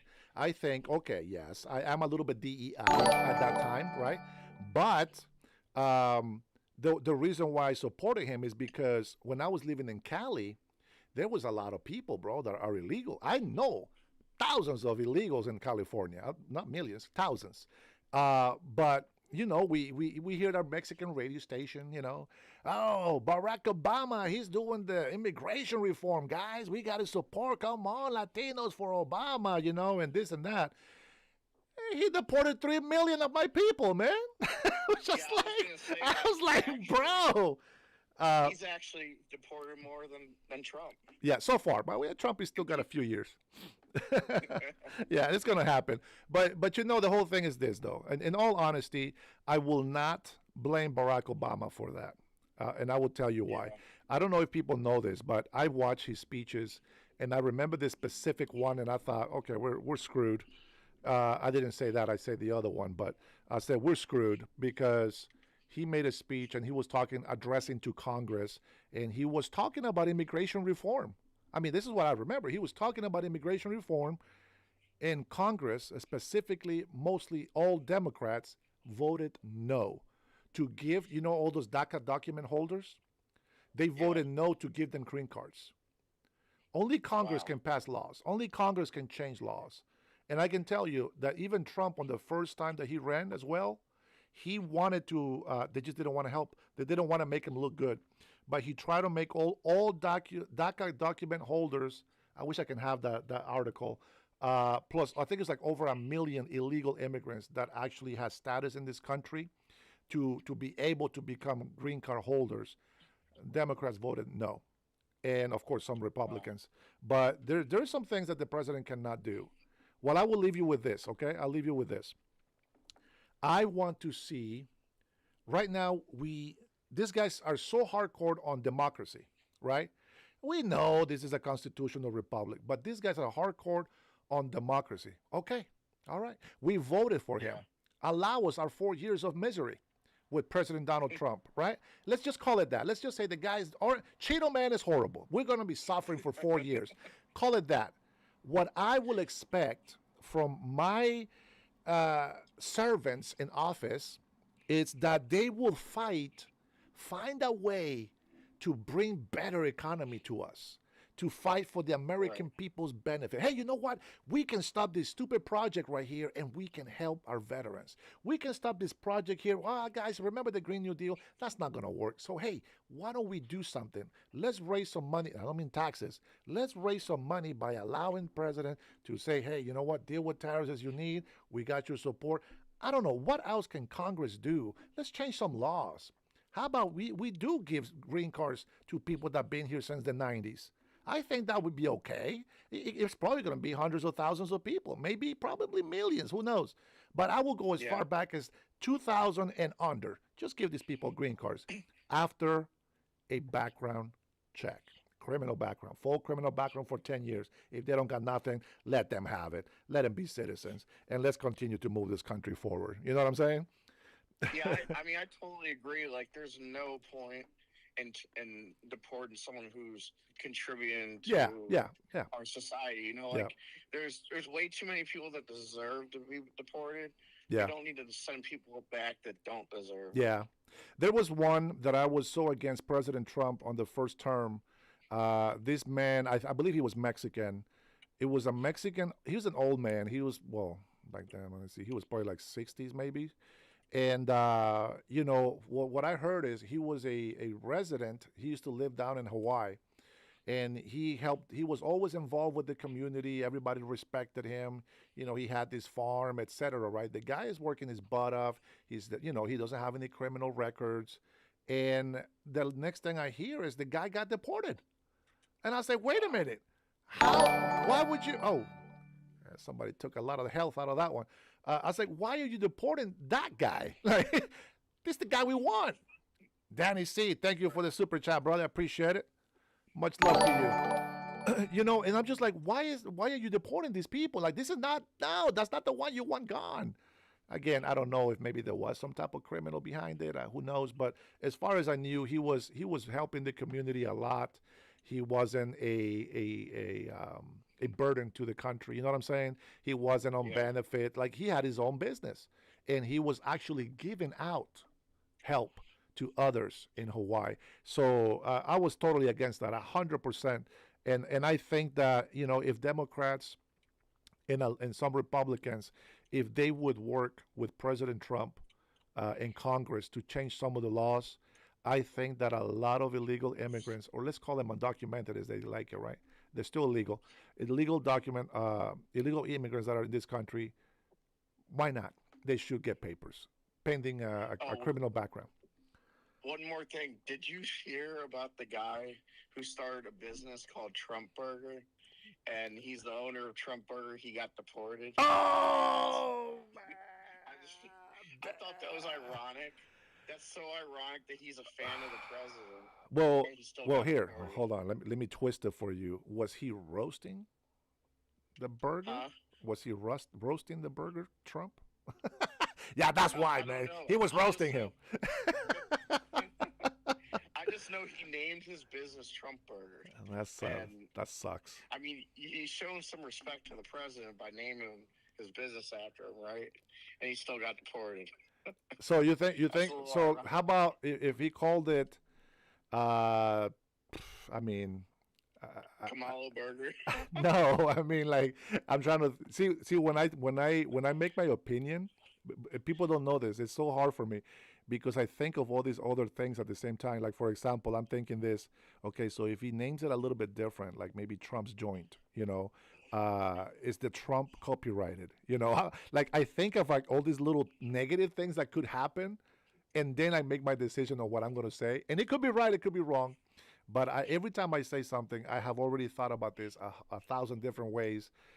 And that's why when people argue with me, even if I'm wrong, like I have to see a fact. I have to see something that I can, oh, shoot, man, I was wrong about this. Like I'll tell you this, okay? There was a couple of Mexicans that were on my chat before. And one of them was Carlos, which I haven't seen for a while. He probably got deported, who knows? But he was arguing with me that Honduras was part of Mexico. I was like, no way, dude. It was been Honduras all this time. And then we went and researched, and bro, it was. I mean, according to the maps that we found, I'm not going to argue with that. But we found out that Mexico actually went all the way down to Panama, which is already South America. And I thought that was very interesting. But you know what I felt about it? I didn't feel like, oh, man, what a disappointment. No, I felt more connected. Because Mexico used to be all the way up here, to the United States of America. So in reality, I mean, yeah, we got borders, but I mean, a lot of people did benefit, from these borders.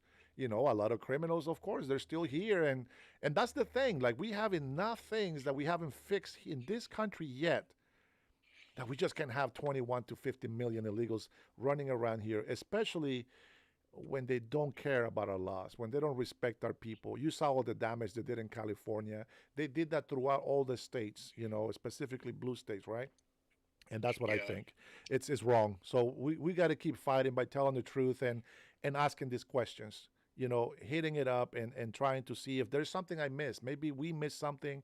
Maybe you'll teach me something. And I'll tell you something. Today, I have been very blessed because I had 3 people that called me earlier on my earlier live, and they were texting, oh, debate me, and I was like, oh my God, this guy, okay, well, fine, let's see what you got, and it was like there was nothing I was disagreeing with, and I'm just like, I don't understand why. Yeah, you're right. I believe everything you're telling me. Yeah, I agree with that. I just think people think that I'm just so like hardcore on this is it and this is solid and there's nothing that you can do to change me. No, there's a lot of variations that you yourself right now will probably think a little bit different than me, right? Kind of like, put it like this. This is what I want from people on my chats. Like me. Okay, so he got deported for Trump's burger, okay? I think, is there a copyright? Was this guy a criminal? Did he do something besides just naming it? It sucks that he got deported. Was it okay to be deported? Maybe he shouldn't. You know what I mean? Like I have all of these little things, all these little questions around. I don't think the name was the reason he got deported, and I don't think you can even copyright a name, because if that was the case, you get a lot of people that will like get copyright infringements off of the name Washington. Yeah. Because there's a lot of things with the name. Or Herrera. Yeah, same thing. Yeah. Yeah. See, I thought about that as well, right? So I'm sure there's more Trumps than Trump. I mean, there's got to be Trumps somewhere else that is not related to Donald Trump. But anyway, all right. Thank you for your call, brother. I appreciate you, man. Well done, my friend. You give me a lot of hope. You too. Take care, bud. That was awesome. Man, I appreciate American patriots that have some knowledge and common sense. Thank you, Danny, again, my friend. I appreciate you. Hey, this is how we pay the bills, guys. We do some entertainment, but at the same time, we're spitting facts. We try to tell the truth. And yeah, Trump burger. Man, Trump's burger joint. I think, I don't know. We should bring that guy back, unless somebody complained about the horrible taste of those burgers. Maybe their sauce was too orange. Man. Hey, so what's going on in New York? Does anybody know? Danny says, nah, I will support you more. You agree with you. Let's give them documents to the good people. Guys, I've been saying that before. See, people only hear the negative. No, Danny, I've always said that. It's just, if the problem is, like, if we allow like all these everybody, illegal immigrants that are in here, we can't do that, because then look what's happening in Mexico right now. Mexico has got a wave, like kind of, not as big, but like kind of like the wave of illegal immigrants coming across Mexico. They're leaving garbage. They're stealing from the neighbors. You know, they're doing all these bad things as they go in there through poverty is very hard. It causes people to be desperate. And they do stupid shit that they shouldn't be doing.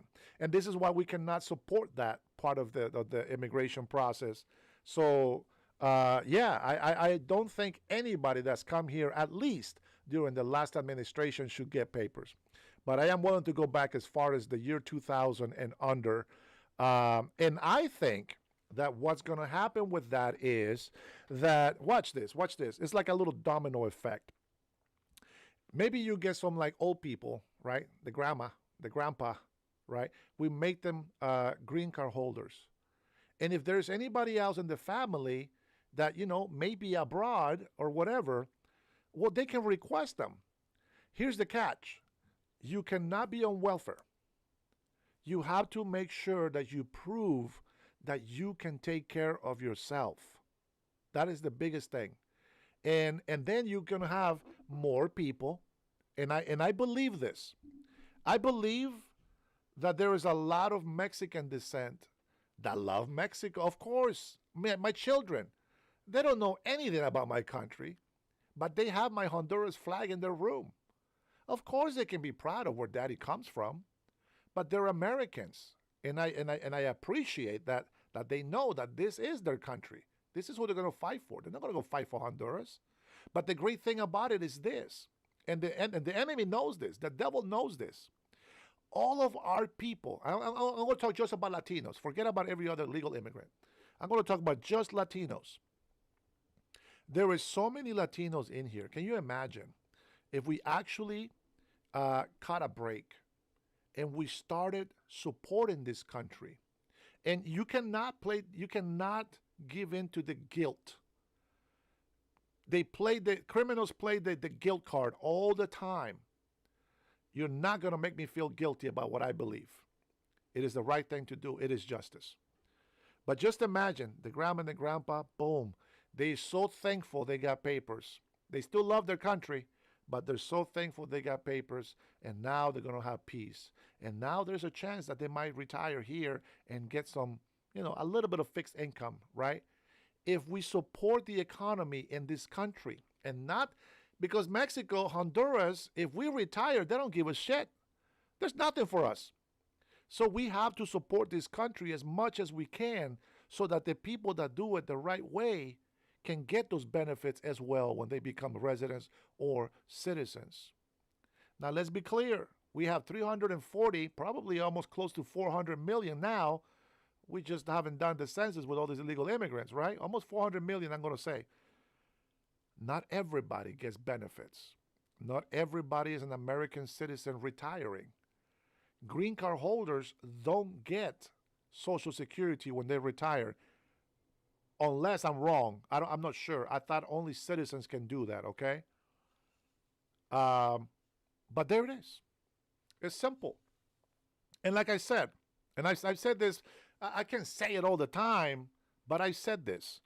If we win the gubernatorial race in Washington State, I know a lot of Hispanic families, believe me, a lot of them. But I can't just give them papers.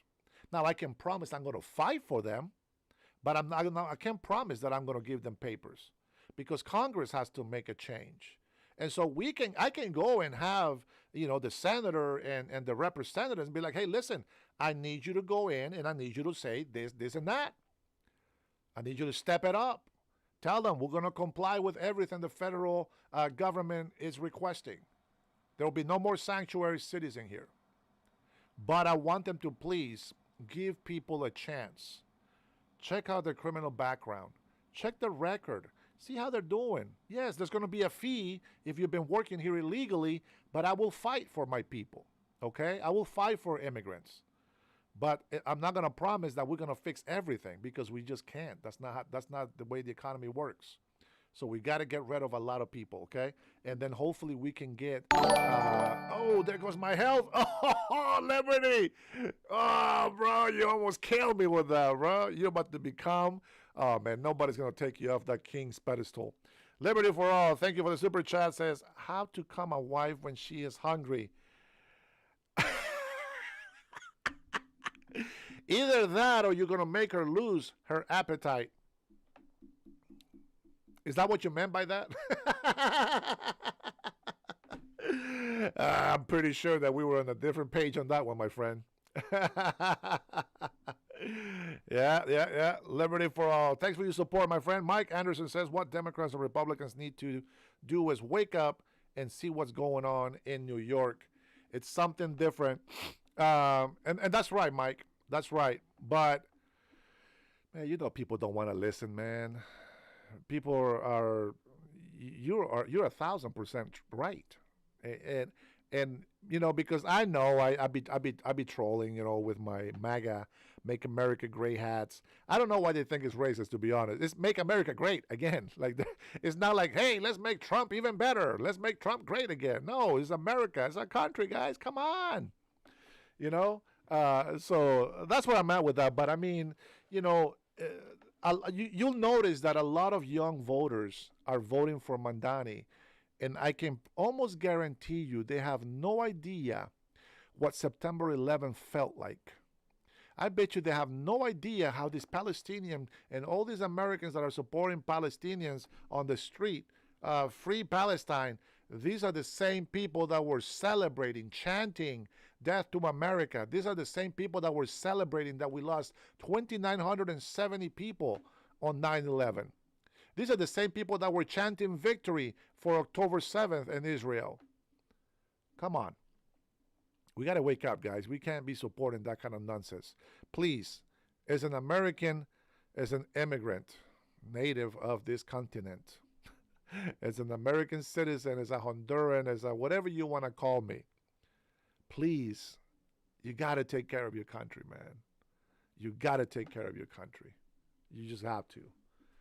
All right, let me see who's going to kick me off my king pedestal. Let's see whose name is going to be up there on that health bar.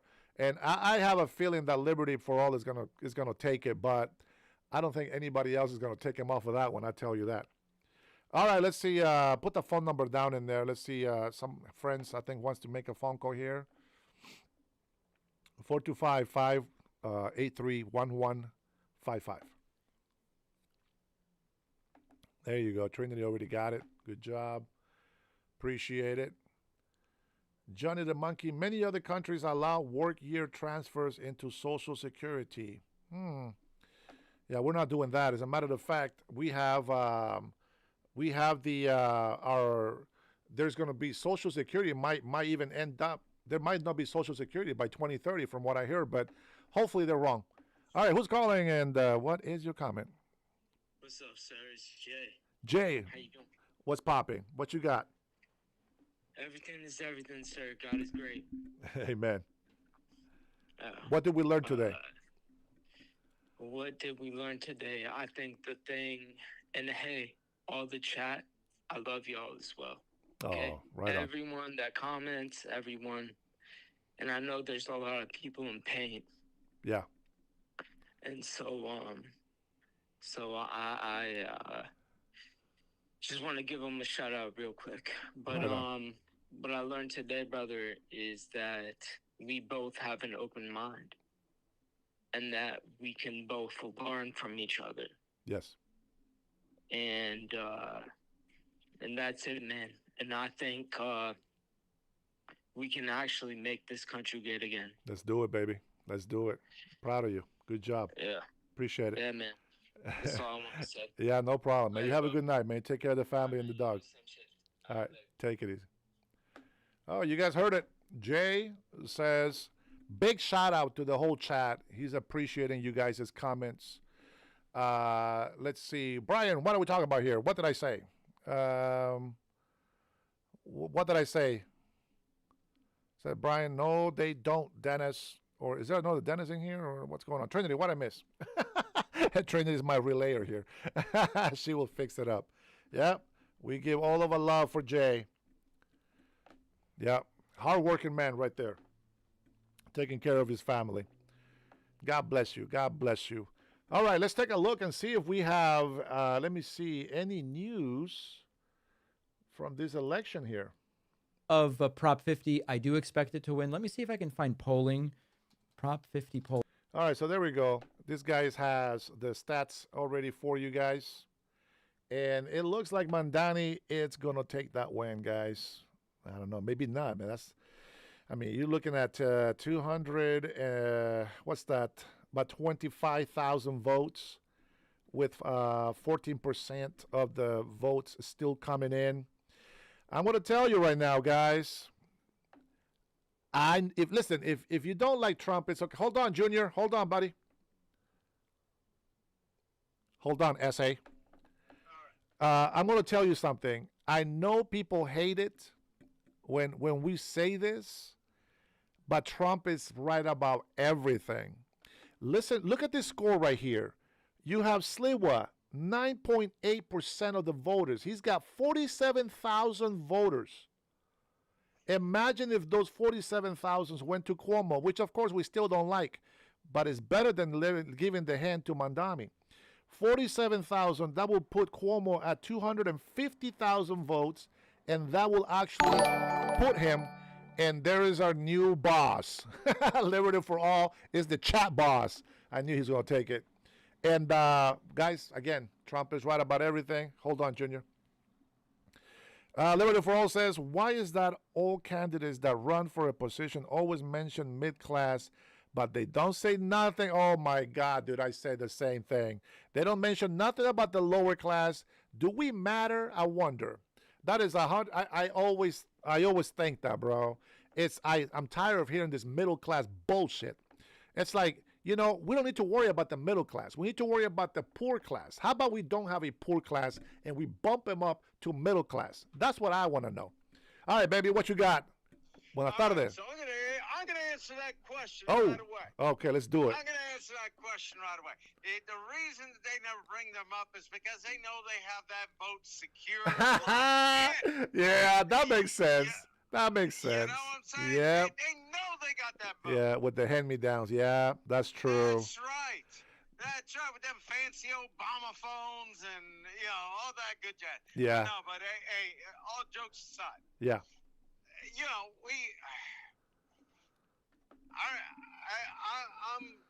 I remember a world where it was okay. Everything was all right. If we disagreed, it was okay. Yeah. I remember a world where, there were issues, but overall, everyone understood that everybody differs. Hell, yeah. You over there may be a Seattle Seahawks fan. I'm a Cincinnati Bengals fan. That doesn't mean I'm gonna hate Junior, you 'cause you're a Junior. Seahawks fan. Hey, bro. Yeah. Nope. You're a Cincinnati Bengals fan? Yeah. Nobody's perfect, bro. It's okay. I was perfect. They lie to you, man. They lie to you too much, man. My wife always tells me that she had to tell me that, though. Yeah. But, there you go. But that's the thing. That no two people are going to agree 100% of the time, and people forgot about that.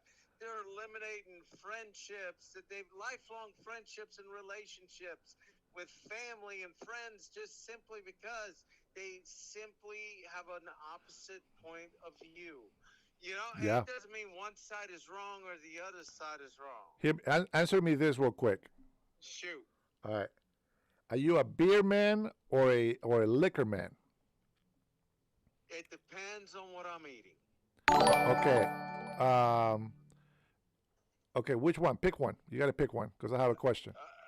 Okay, so let's say I'm having a good steak. I'm having a good bourbon with it. Okay, some bourbon. Here we go. Shoot. How many shots have you taken already? Alrighty. Man says you're 9 beers in, bro. Man says you're 9 beers in, bro. Hey, I'm just saying, it's okay to disagree. We disagree on smaller aspects of life, like sports teams, clothing, brands. Junior. Hey, look, in sunglasses, I'm an Oakley snob. You may be a Ray-Ban. Ray-Bans. Hey, JR. I think hipsters wear Ray-Bans. Go JR. ahead. Liberty for All says, that guy sounds like me on Friday night. Hey,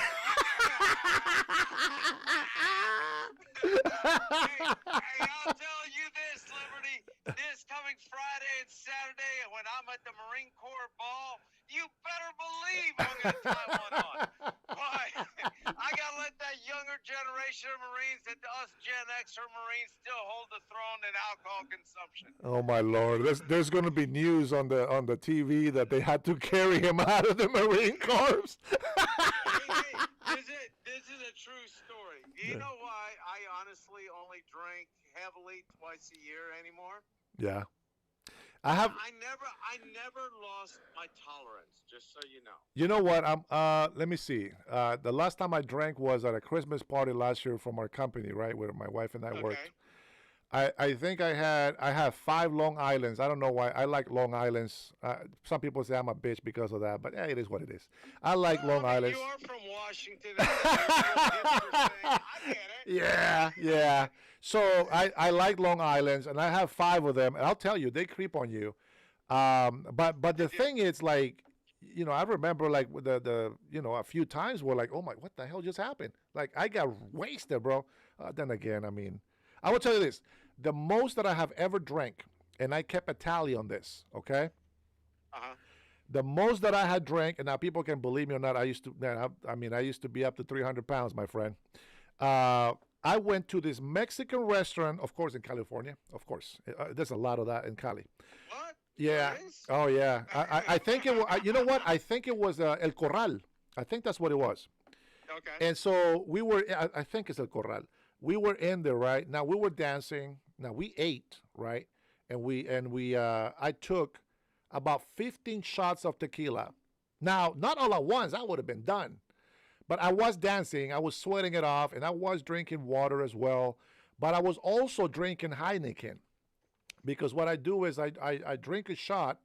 I don't do lemon or salt. Oh, guys, this is horrible. I'm not trying to get everybody drunk in here. But I always had a beer to chase down the shot. And so that's how I drank. So technically, I drank 15 beers and 15 tequila shots. I will say everything is fine until I went outside and got the air.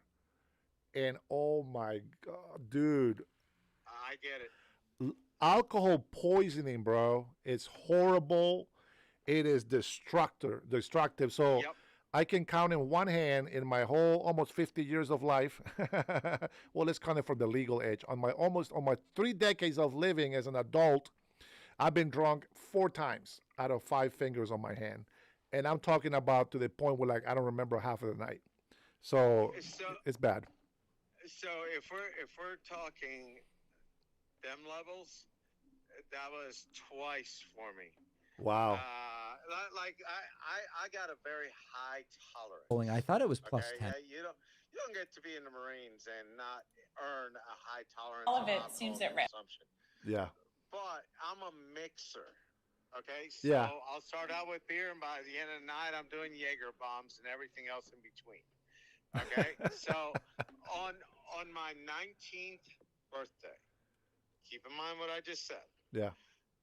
Which was July 24th, 1993. We went to Phoenix, Arizona, in Tempe, Arizona, and partied on Mill Avenue, which is the Arizona State University at that time, the Arizona State University party strip. It was nothing but strip malls and nightclubs and parking lots. Okay? Yeah. So we're out there partying, me and a bunch of friends. I get in because the guy at the door did not know how to read a military ID. Okay? Yeah. Dude follows me in. I'm starting to get nervous. I'm thinking, oh, man, I'm busted, right?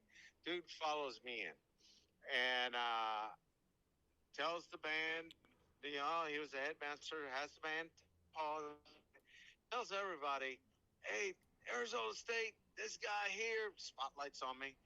It's his birthday today. He's in the Marines. Show him a good time.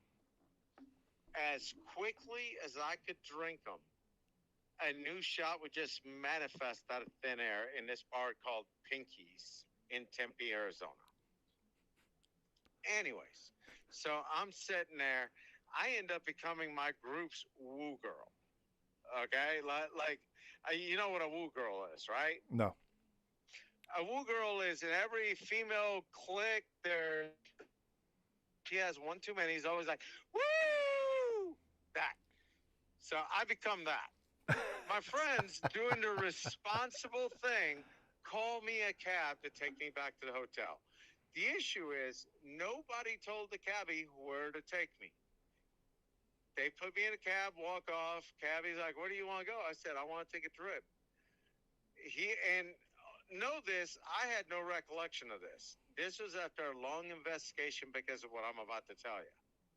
I woke up 2 days later in a custom cell in Rio de Janeiro. The cabbie dropped me off at the airport, and I took an international flight. Very nice. If it's first class, you can continue that party. And then get arrested at the airport for being a jackass drunk. I 100%. I'm like, where the hell am I? Dude, the U.S. consulate got involved. Oops. That was like one of the most embarrassing things in my life, okay? So, like, when my kid, fast forward all these years later, my oldest son is our designated driver during our Marine Corps reunion, so us Marines could go out drinking. Yeah. And he's telling us about this wild party that he went to and this and that. And my friends started laughing at him. And I already knew where they were going to go because my friends are just god-awful people. And they proceed to tell him the story. And there's this inside joke amongst us that there is a cabbie somewhere in Rio just waiting on me to go back to pay on the tab that I left them with. Here, Junior. Liberty says, whenever I go to the bar, Bacardi mojitos, for me, like 9 of them, and then we'll see what else. Let's drink till everyone is your brother. I think the caller and I, we will make this country drunk again. I mean, great again.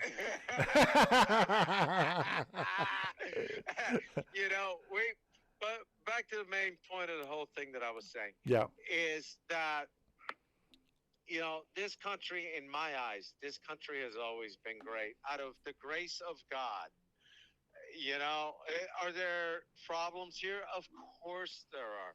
Are there idiots here? Of course there are. Name me one country where there isn't, Yeah. But I can speak my mind in this country and not worry about being stoned to death or worry about being hung. I can speak my mind and do this. I'm Puerto Rican, okay? And I've sat there and this is going to blow your mind, man, and I'm sorry for what I'm about to say, okay? You're gay. Early in my truck driving career. No. It's not gay if you don't push back. But no, seriously, early in my driving career, I'm sitting at this truck stop in Mount Carmel, Illinois. And me and this guy, we're the only ones there. We're sitting there shooting the shit, having a pretty decent conversation. And this dude passes me a business card upside down. And he says, you ought to look into joining our crew and this and that, right? And I'm thinking it's a recruitment card to join, his company or what. So, no, the dude was an active Klansman. Okay, look, you don't have to rethink your views on life any quicker than when the Klan is trying to recruit you. So I set the card back down. I pass it back to him. No need to make a scene, And I say to this guy, I don't think your group accepts my kind. And he's like, oh, no, we're open to all kinds anymore. Again, not taking the hint. So at this point, I tried to give the card back. For a picture. I still have the card. I kept the card because it makes for a great story, and nobody is going to believe that the KKK tried to recruit a Puerto Rican. But in all seriousness, that was one of them moments where, here I am. I have polar opposite views morally, and I get with this guy. But at the end of the night, we had a very civil conversation.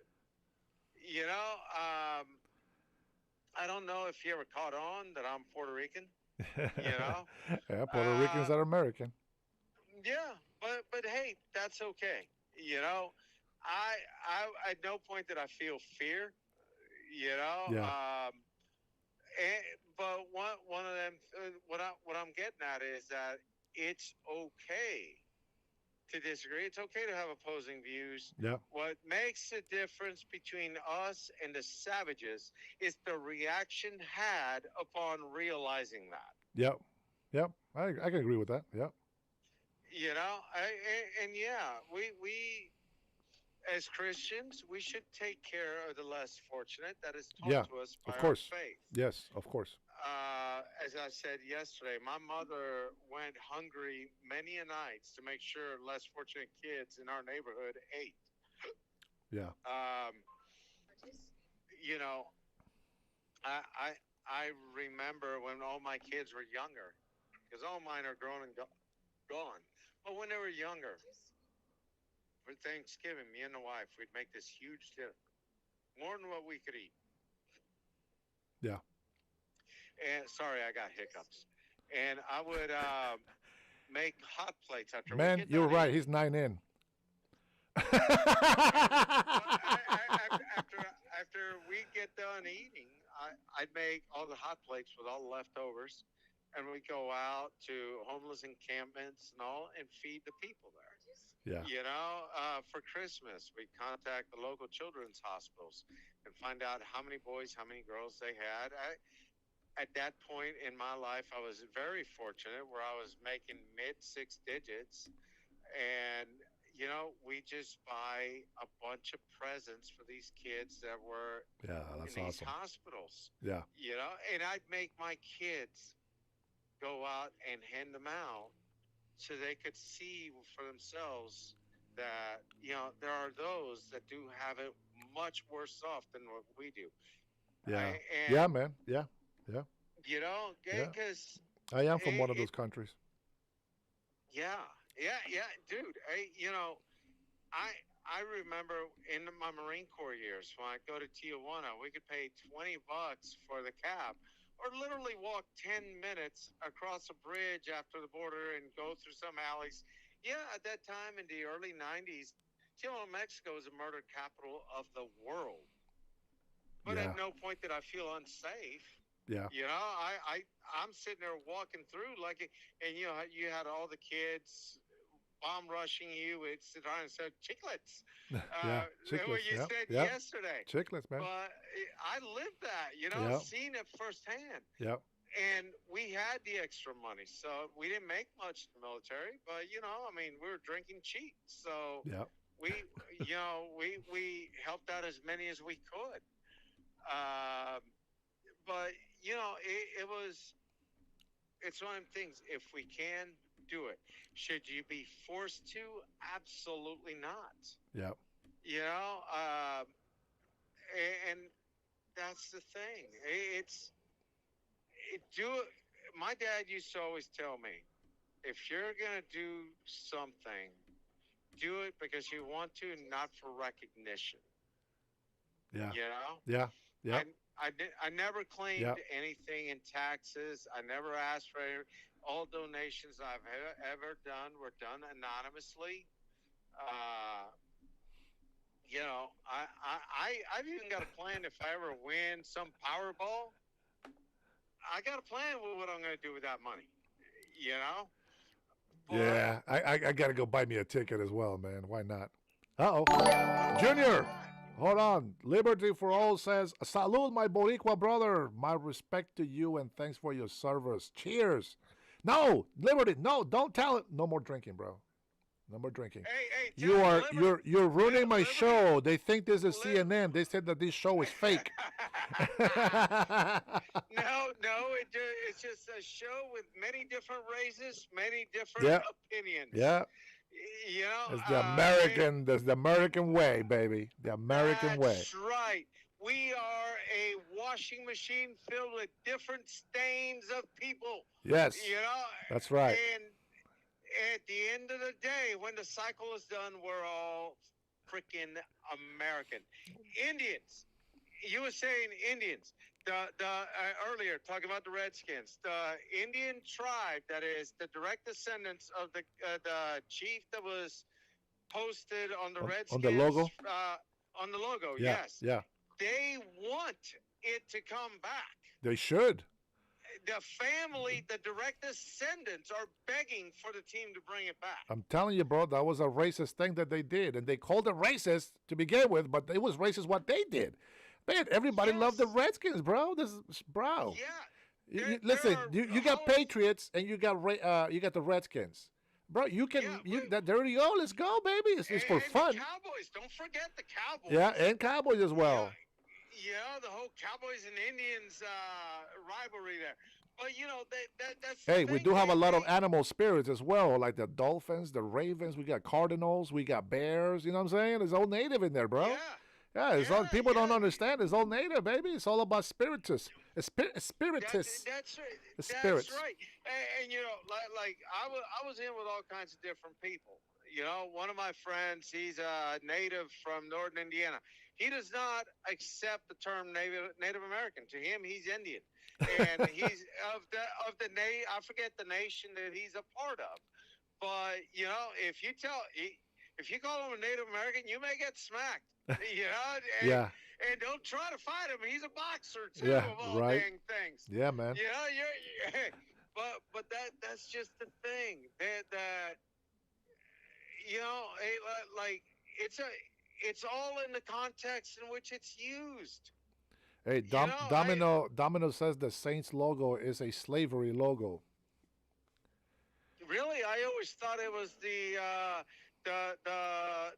pikes. Yeah, it is. The little pikes on top of fences. Yeah, but that's a Catholic. It comes from Catholic symbols. So I think that's what it is. I don't know. I have to look at the logo now. I don't know. I don't give a shit about the Saints. And everything, and I'm sorry I went on this tirade. When I get paid tomorrow, I'm going to kick you off. I'm just a little short on money right now.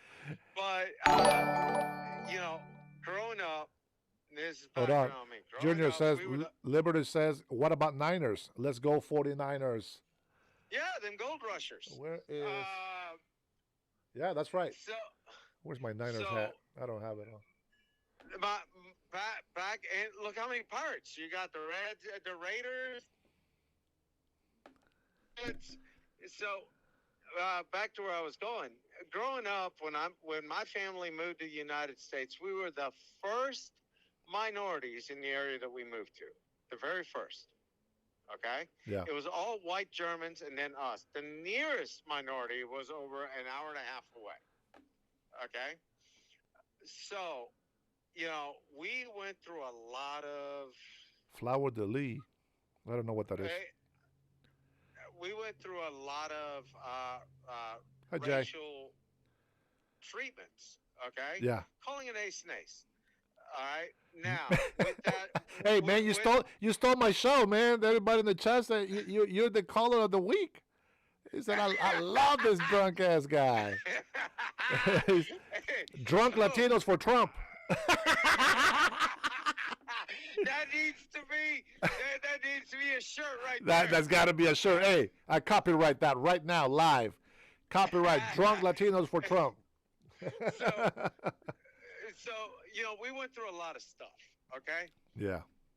The majority, overwhelming majority of the people that gave me that type of garbage are the bleeding heart liberals now. Now, did they change? Yeah. But, you know, a lot of people change. And it was great to see that positive change. It was great to see the area that I live in become more diverse. Hold on, You SA. know? Hold on. Yeah. Oh, man. Check out this guy right here, guys. I don't know if you're looking at the live. I want you to pay attention to this guy behind Trump.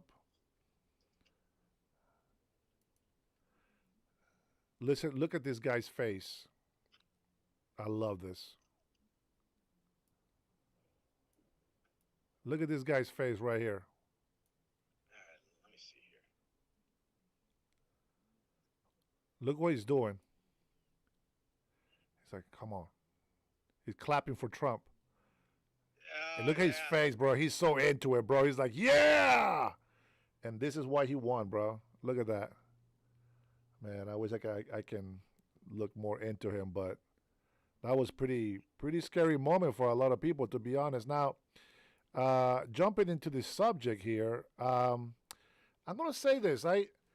If he got shot, I never really look into the whole trajectory of whatever, but look at these people behind him, bro. Mm-hmm. Like, these people could have got hit back there. Yeah. I mean, they said they found bullets, but, I mean, I don't know how he got, just a little scrape on the ear, which I think that's why they took the Band-Aid off very fast. Remember that white, big Band-Aid that he had on his ear? They took it off because it's just a small scrape. It's not like a piece of his ear is missing. But the people are behind him. I don't understand how nobody got hit back there. The ear is not going to make the bullet go to a different side. One guy that got hit. There's it? It was a fireman that died when that happened. He was sitting directly behind him. He was with a little girl, and the bullet that grazed him ended up hitting that fireman in like the chest, I believe it was. But I don't see that person. Yeah, there was someone that died in that shooting. Because he was there with his daughter, if I remember correctly. But like, I don't see the people like in the back, freaking out, that a fireman got shot right behind, or a person got shot behind them. Like, they're clapping for Trump because they see him, like, he was getting hurt, but I don't see anybody be like, oh my God, there's somebody right here laying down on the ground. You know what I mean? Hey, I'm going to say this though, and I'm going to get some booze on this one. I am still not sold that wasn't staged. Yeah, I don't know, man. And I'm only saying that because the shot was from just a little over 200 You yards. see, but I'll tell you what, though. You see his face? He's not acting. He just got the shit scared out of him. And that face is not an acting face. He looks scared, and he found the moment to raise that fist and said, fight. This guy right here is not a paid actor. I do see that this guy right here, this guy, he's a little bit too close to this guy. And I don't know if he's trying to protect the president or he's just trying to be very friendly with this guy. And then the girl, the chick right here, she actually had a smile at some point. That was also the point that the momentum truly changed in the election. Like, the second that happened, I was like, yep, it's over. All right, Junior, stop stealing my show, man. But here, Liberty says, El Guanaco says, hey, Dennis, can you picture you spending a Friday night with Junior and myself on Friday night on your driveway? Hell no, not here in the, well, yeah, maybe. There goes the neighborhood. I'll bring the lawn chairs, whatever you're drinking. Dude, I got nothing but top shelf. Oh. So I'll bring some good scotches, some single barrel bourbon, some good vodkas. You tell me what you want, I'll bring it. Here, somebody, I've had this like bottle of, I think it's bourbon. Let me see. Some cheap shit that somebody gave. I think my wife or something. Hopefully it's not El Sancho, you know what I mean? But it's the only reason why I like that is because of the eagle emblem on it. Right. You see that? They won't. There you go. Let me see. Show me that bottle. See the eagle? Oh, okay, yeah. Yeah. Somebody said it was a cheap bourbon, but I mean, it's not like I'm going to drink it anyway. But right. Yeah. I see it. That's also not that bad. I drink Blanton's myself. It's kind of hard to come across and a little pricey, but it's really good, man. Really smooth. I'm more, after my grandpa passed, I'm more of a Scotch drinker. But yeah, dude, where I was going with all that, sanctified bleeding heart liberals calling us racist Yeah. because we voted for Trump and this and that. When in my personal experience in life, I received way more racist treatment from liberals than I ever did from conservatives. You know, I remember a time when it was okay to be rich. Yeah. It was okay to have goals and succeed. And, Yeah. you know, Yep. that was okay. And if you notice, like the majority of people that are anti-Trump were very friendly with him until he joined politics. Yeah, we know that. Yeah, I'll tell you. I learned. Listen, I did this business thing with this company called ACN. They were trying to introduce home phones with cameras on them. Okay, just like the FaceTime on your cell phone or whatever, but at home. But then it just didn't turn out. But I went to an event down in San Diego, and I stayed at this hotel, very nice hotel. It was kind of pricey, but it was me and three of my Mexican friends. Now they were cousins, but they're Mexican, and so all four, we kind of split the bill so that we can stay there. We hung out outside the balcony, very beautiful view, very chill. We had a couple of drinks, had a good time. But at the event, they were because President Trump actually sponsored the company. And so everybody was just like, oh, man, we're going to go see Trump or whatever. And, everybody was hyped. A lot of Latinos, man, thousands of us, thousands, because this is all Latino business, you know what I mean? And, dude, it was thousands of us in there. And the speech that he gave was great. I mean, I don't know how much he made for that speech, but he seemed pretty legit, man. He seemed pretty legit. And I thought it was amazing. I got a chance to shake his hand. He probably don't know me, but I got a chance to shake his hand, and that was just as a business guy. You know what I'm saying? Like, oh, it's cool. He's a business guy, an entrepreneur, and thank you for sponsoring. Yeah, I was never into the show, but what was it called? The Apprentice. But after all the hate that people have been giving him, and I see what he's doing for the country. It's like I learned to love this man more and more each time he got stoned. Because, bro, why does somebody have to work so hard to help those who don't want to help themselves? Right. It's amazing.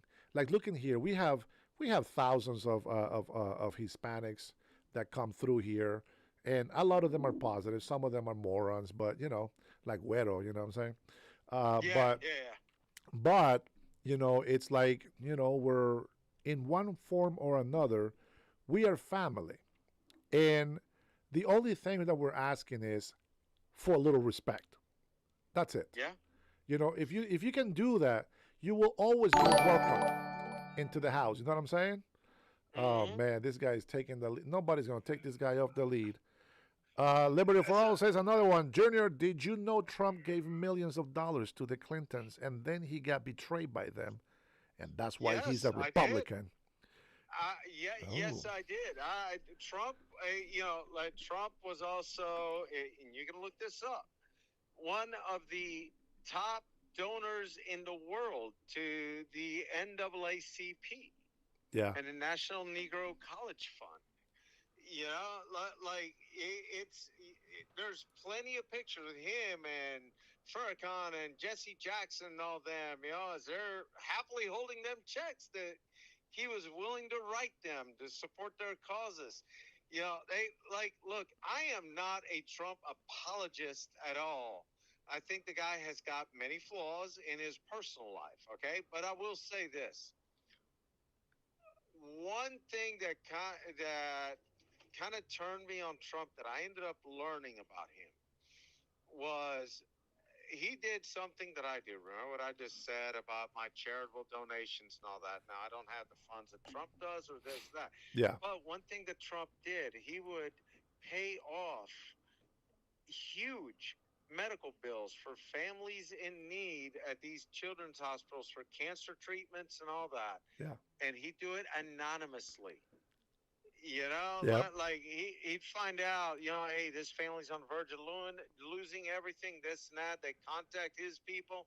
He'd go, write the check, and bam, done. Paid Yep. free and clear. Yeah. You know, never take any claim on it, nothing Yep. like that. You know, and that says a lot about character. Yep. Okay? You don't have to be perfect. My grandpa... Socialists don't know what that means. They don't know what character is. My grandpa taught me a lesson that always stayed with me. And that was that there's a difference between poll sort of a mood and being a character. You know? And that's deep when you really think about it. So I'm going to end this on this note. Like, I'm going to bring it full circle. In the beginning of this conversation, I said that the reason they never talk about the bottom portion of income, the lower income, is because they already have them. The reason that the devil never goes after those that don't recognize Christ is because he knows he already has them also lock and key. He's always fighting for those that are following Christ. Yeah. You know? Yeah. So look at that parallel. Think about it. Even if you're an atheist, it doesn't matter. Yeah. It's okay. Because there's a right way to do things and a wrong way to do things. Yeah. The whole gray area is just trying to soften a hard hit for feeling purposes. Yeah. You know, so anyways, with all that said, I know I rambled on about a bunch of things, but with all that said, much love to y'all. Yeah, man. We Much will love to you, definitely brother. we will definitely get together and have some drinks, and we'll Hey, surely drink like Marines. I'll be the designated driver. I gotta be a good character. I don't want people recording the governor in Washington all drunk and pissing on himself. No. Don't worry about that, brother. I'll collect the phones prior to that. All right, brother. Much love to you and the fam, man. The wifey over there. Brothers. Likewise. Yep. Talk to you later. We'll talk to you later. All right. Tranquilo. All right. Look at Murkham calling me a coconut, you racist bastard. Yeah. So my question would be this. I'm okay with, voting and all this stuff. I think it's great. That we can point out how many dumb shit you guys are going to keep doing. But my question to you guys here that celebrate this whole Democrats winning, are we allowed to do everything that you've been doing to us this last 10 months? Are we going to be able to go and do the same shit that you have been doing to our country against you because your Democrats are winning? Go ahead and tell me that. All right, take it easy, brother. Go ahead and tell me that. Liberty for all. Thanks for the super chats, man. You're awesome. I appreciate that. Much love. Wedo, I have money. I don't need EBT like you. You can't even throw $1 in here. Well, many people can, bro. This is why I love my members, because my members, that is something that is supportive every month, and I appreciate that. Every little bit helps, right? This is how I support my family now. But my question is that, right? These guys, and this is why I push hard on, that'll be all the calls that I'll take for today. This is why I push hard on, why are people being so hateful towards us? Like, we voted, we won, allow us to do what we need to do. And look what they're saying here. Now, this is a Democrat, the Right Post News right here. Democrat Rep Maxwell Frost says he wants amnesty for every single illegal alien in America.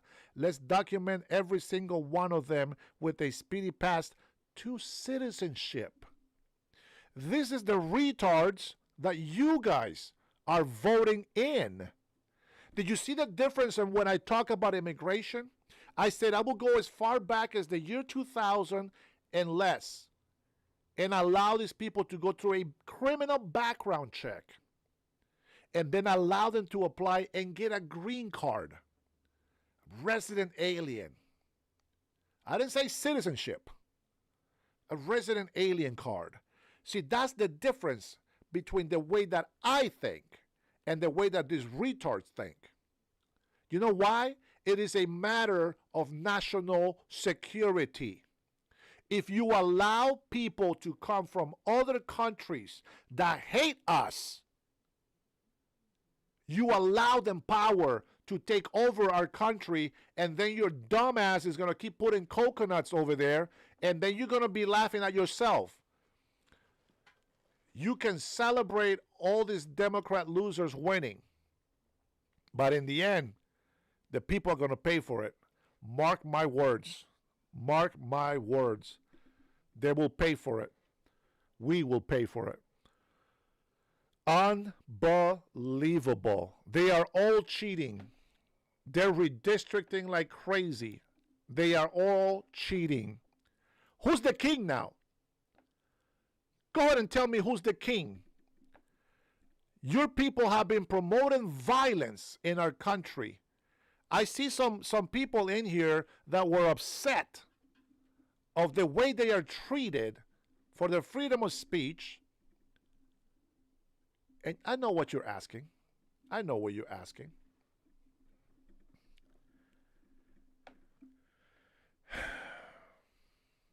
You guys are, I don't know. I don't know if there's hope for you guys. Yeah, well, we don't have a king. But Democrats, they think they're king. That's your monarchy right there. That's your anarchy right there. Democrats, they think they're king. They're the ones that tell you what to do and what not to do. Yeah, I hope the Democrats who were elected implement some MAGA policies like they did 12 years. Nope. Forget about it. I know, Terry. You stupid. I get it. But tell me if you don't see anything wrong with that statement. Let's document every single one of them with a speedy path to citizenship. Tell me why in the will we do that? Why would we do that?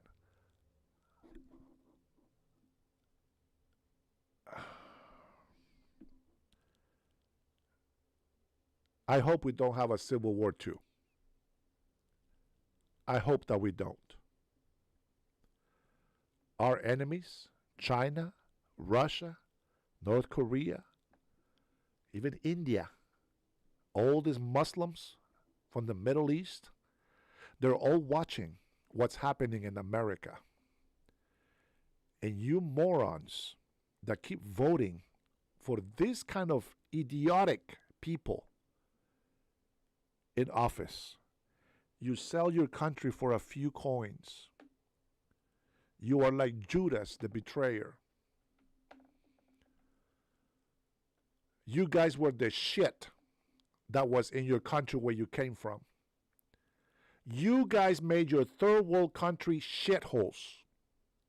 And now you're here in America trying to make this one a shithole as well.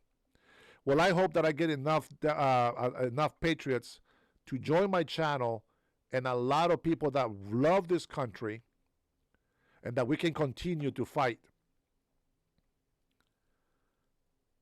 Rock, I don't know what the hell were these people thinking. Rock, give me a call, man. Let me hear you say that. Give me a call, 425-583-1155. Give me a call. Outcome, give me a call. There's the phone number, 425-583-1155. Go on. It's free. I know you guys are on Snap. Your EBT card is not good enough for a super chat, but I'll let you guys go ahead. Call in. It's free, guys. It's free. If you're in the United States of America, it's free. Don't even need to dial 1. Go on. Give me a call. Thank you, Chris. Go ahead and give me a call and tell me, how do you plan on fixing the economy by giving a lot of people that hate, hi, Brenda, have a good night, by giving all these illegal immigrants citizenships? Go ahead and tell me what all those people are going to do to defend this country. Go on now. Go on. I want you to tell me why is it a great idea, and I want you to tell me What do you think is going to happen when you give all these hateful people the right to vote? Tell me how you think that this country is going to be doing. You're about to get effed up. And we're going to pay the price for it because of stupid people like you. Thank you for the super chat, bro. Man, these guys, their EBTs doesn't work for super chat, guys. You actually have to have a job. Liberty for All says, this is what I have seen. When one party is on the White House, 2 years later, the other party takes control of the House.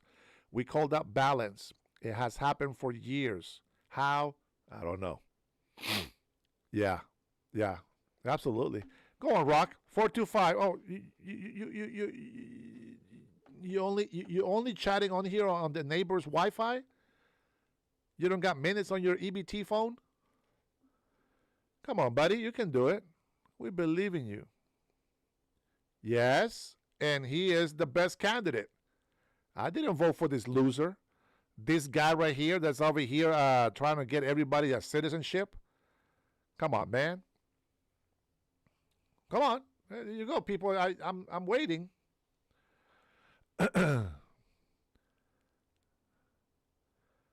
All right. Representative Melanie Stansbury. This lady is very smart. Let's take a look. It's day 34 to the shutdown, and the GOP has not only shut down the House once again, but they are withholding food assistance from millions of Americans against 2 court orders. Let us be clear, Donald Trump is choosing to withhold food from 42 million Americans, including tens of millions of children. Oh my God, what a horrible person. Let's go ahead and... Donald Trump is choosing to withhold food assistance from 42 million Americans. There is an emergency contingency fund exactly for emergencies like...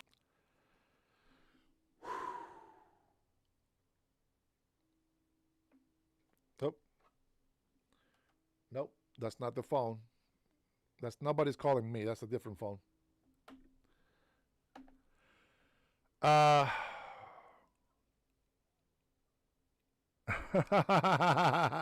Don't I know it, man? Don't I know it?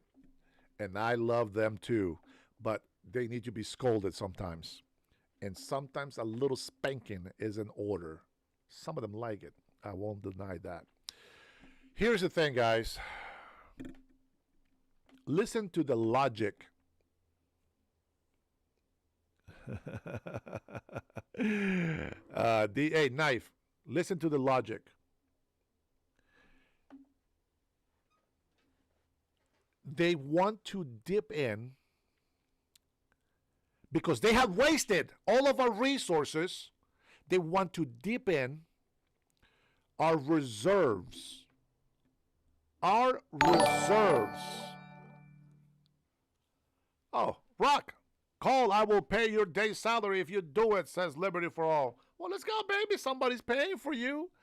This is what you socialist, fear-mongering people do. Well, there you go. Now you can call for free for real. Now somebody's paying for you. How much you make a day in food stamps? Go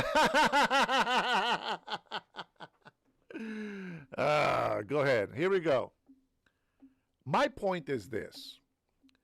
Them dipping into their reserve by wasting all the money that we have already paid taxes on, which is over $4 trillion in taxes. They have wasted it. Now they want to dip in to our reserve. Do you know why we're going to the reserves? To get money? Because they have been wasting it on illegal immigrants. Not on Americans, on illegal immigrants.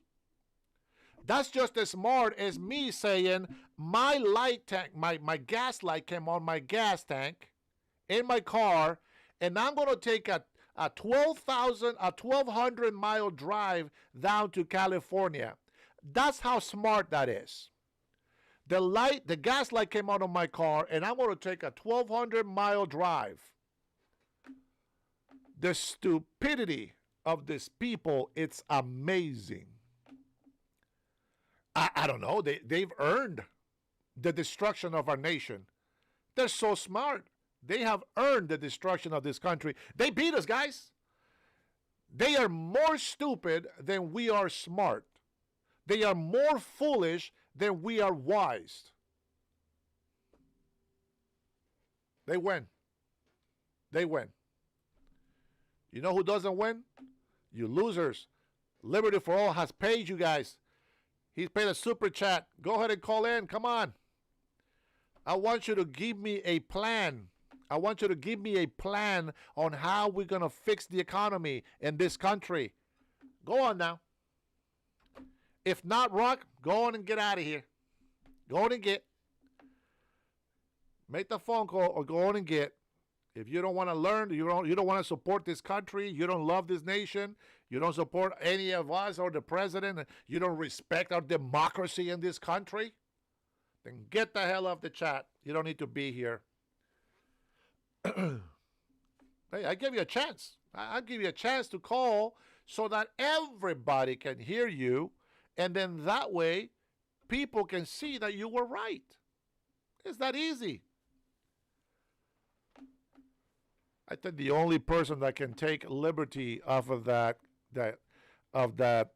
king throne up there is probably Bernier, but he's not here today.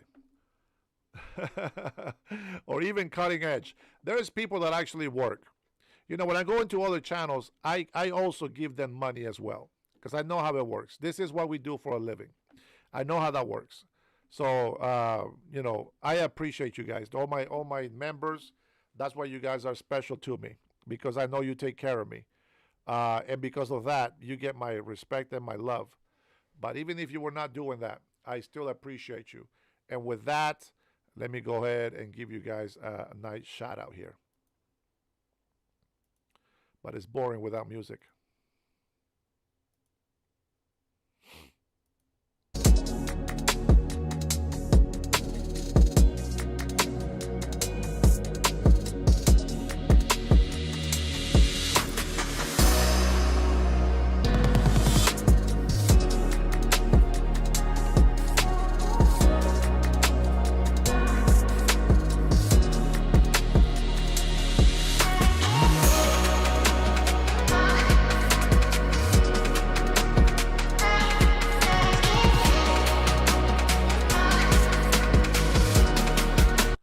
Thank you guys. I appreciate you. Much love to you. Man, I had a really good time today, guys. From this morning, we did our 4 hours this morning. I had such a good time. I mean, there was a little moment where we almost lost it with Melody calling in and getting all freaked out and almost turning into our crazy Hulk Karen. But I had some great calls today. I love my brother JR. I know he's drinking, having a good time, but he has a good heart. And I love my brother Liberty. I know he's my brother from my neighboring country, and I appreciate the love that he gives us. Let's see, start praying. Then as Republicans really need it. We're gonna pray for everybody. That's for sure. Matty B, what's popping, man? Good to see you in here. The dude. All right, if you guys believe in God, or if you do actually have faith, why don't you go ahead and pray with me, and then we'll close it out, and then we'll say good night. I really appreciate every single one of you guys. We'll do it again in the morning. It's going to be day 36 of government shutdown. We'll go ahead and sit there and listen to our Republican patriots. Keep spitting truth out there. Yeah, this is tough times coming ahead. Hopefully not. Father, we thank you, Lord, for the opportunity that you have given us to have a great day today. We praise you, for you are the only God. You're the only one that we believe in. You are the creator of the universe and everything on it. We know that you have everything in your hands, Lord. We praise you and we thank you for your mercy, for your grace. Father, you are the God of Abraham, Isaac, and Jacob. And we support Israel, but because you chose them, not because they're worthy of support. None of us are worthy of anything. But we are thankful that your Holy Spirit shows us to be kind to one another, to help, and help is needed. Father, we give you all the praise and all the glory, Father. Only you are holy, holy, holy. Father, let your knowledge fall upon those who seek it, upon those who truly want to believe, for those who repent. Father, forgive us of our sins and our trespasses, as we forgive those who sin and trespass against us. Jesus Christ, I believe that you are the Son of God. I accept you as my Lord and Savior. Would you accept me? I repent from all my sins. Let your precious blood wash my sins away. Thank you, Father, for the sacrifice, for giving us your only begotten Son, so that we might find a chance, a little light of hope, that we can be with you again. Give us strength. Give us the wisdom to continue to move forth. May we be better people each day. Father, regardless of opinions of different denominations and religions and all of this and that, Father, we are faithful to you, and we thank you that you accept us as we are. Father, the devil cannot praise your holy name. We acknowledge we are sinners. We acknowledge our imperfections. And we always pray that you help us change each day one bit of our soul for the better of our relationship with you, our Lord. Father, thank you for the daily bread of your word. Thank you for giving us hope for the future. Father, I pray for Israel. May your Holy Spirit protect them. May you continue to guide the good. May you continue to bless them. Give them strength and wisdom to lead. I pray for President Donald Trump, the administration. Keep giving them wisdom. Renew the strength in the name of Jesus Christ. Father, there is a lot of us that are in this country, in this nation. And as your word says, we have already won because you have already won, and we're waiting for your coming again. Father, help us fight as long as we need to fight. Help us stay in the path of truth, in honesty, in faith, in love. Help us stay true to respect the laws given in our land. Father, help us not hate those who break our laws, but allow us justice and fairness. May you bless those who respect the law. Let your Holy Spirit guide us so that we may become united. And I pray, Lord, that we do not have another civil war in this country. I pray that violence does not overtake our country. But as we always pray, Lord, you are in control of everything. So let it be your will and not our own. Father, I thank you for all the blessings. I thank you for all the thousands of people that have come through this chat. I thank you, Lord, and I pray that maybe we made a little difference today. And that every day we keep moving just a little bit forward on our mission to keep this country protected, to unite all patriots of all backgrounds and all different ethnicities and cultures and everything, and come together so that we can celebrate in peace. And so that we can be able to say together in one voice, thank you, Father God, for what you've done for us.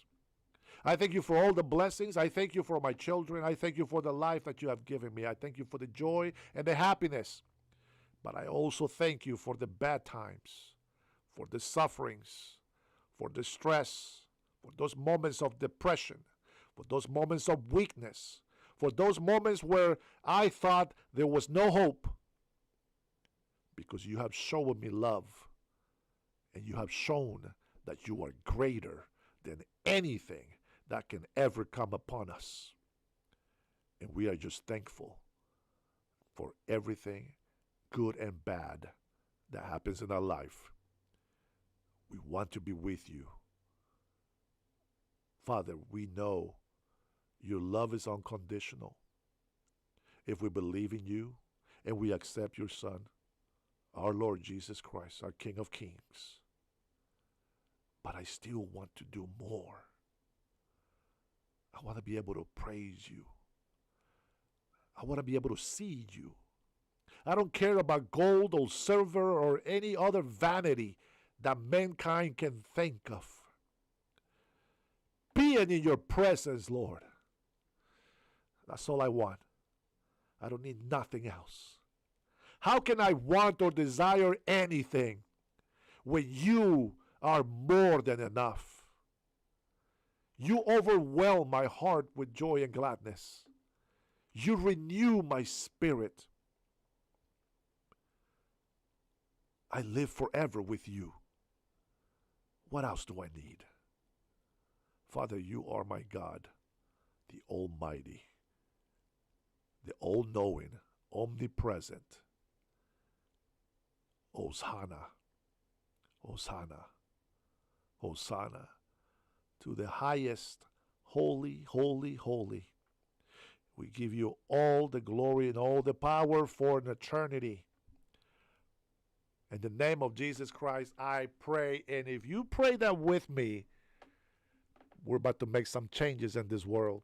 And yes, we are still going to be cussing some people out. We're still going to be spanking some butts. We're still going to be fighting tooth and nail to be able to fight for justice. People like to say, well, you know, the Christians don't say bad words like that. You don't know me. You don't know what that means. You don't even believe in God. So how can you know? You live in sin and you don't believe in God. So how can you know? You sit there and throw insults at us because at least we have the hope and the faith to believe of the supernatural, that we believe in our God, our Creator. Who are you to tell us what we are and what we're not when you have no faith? You're nothing but an empty vessel, a dirty, empty vessel. But I'll tell you right now, you can be a lot more than that while you still have breath in your mouth. You have a chance to repent. If you guys pray that prayer with me, man, I am so happy. Liberty for All says, I am not a Trump supporter. I'm not a Republican or Democrat, but all you can call me balanced, the one with a question and a push. I agree, and I see that. And we've come to that conclusion. I'm no longer a Democrat. I don't believe to be a Republican. At this point, we are supporting Republicans because they're doing the best for our country. But I like to be thinking that way. And I think a lot of us in this chat, the reason why we call ourselves patriots is because we put country before any party. And that is the goal in this channel. And that's where I'm at. I don't know if Jesus said shut the hell up, but I do know he cursed he cursed the tree, he cursed the priest and called them vipers and snakes and this and that, and we already knew Mandani was going to win because Sliwa, whether he wanted to or not, this is what happens when you fight Trump. You get failure. They both played the whole I am not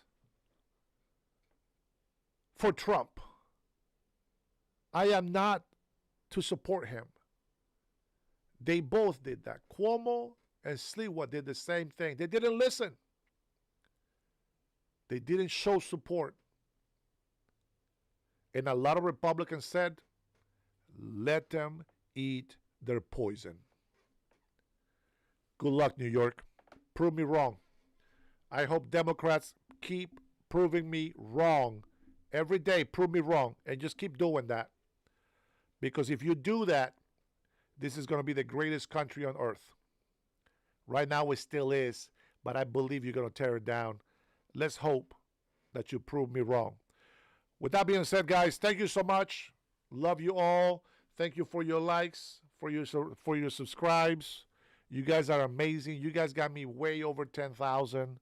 No, Brian. I think it was Brian or Ron. Man, the next goal is 20,000.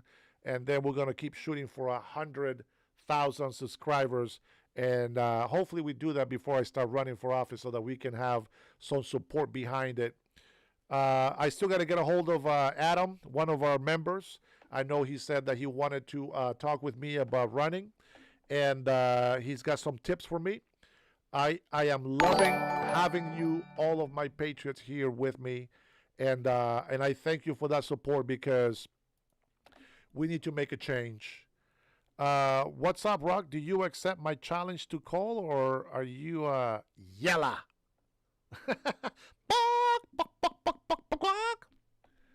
Let me see. What is this? What is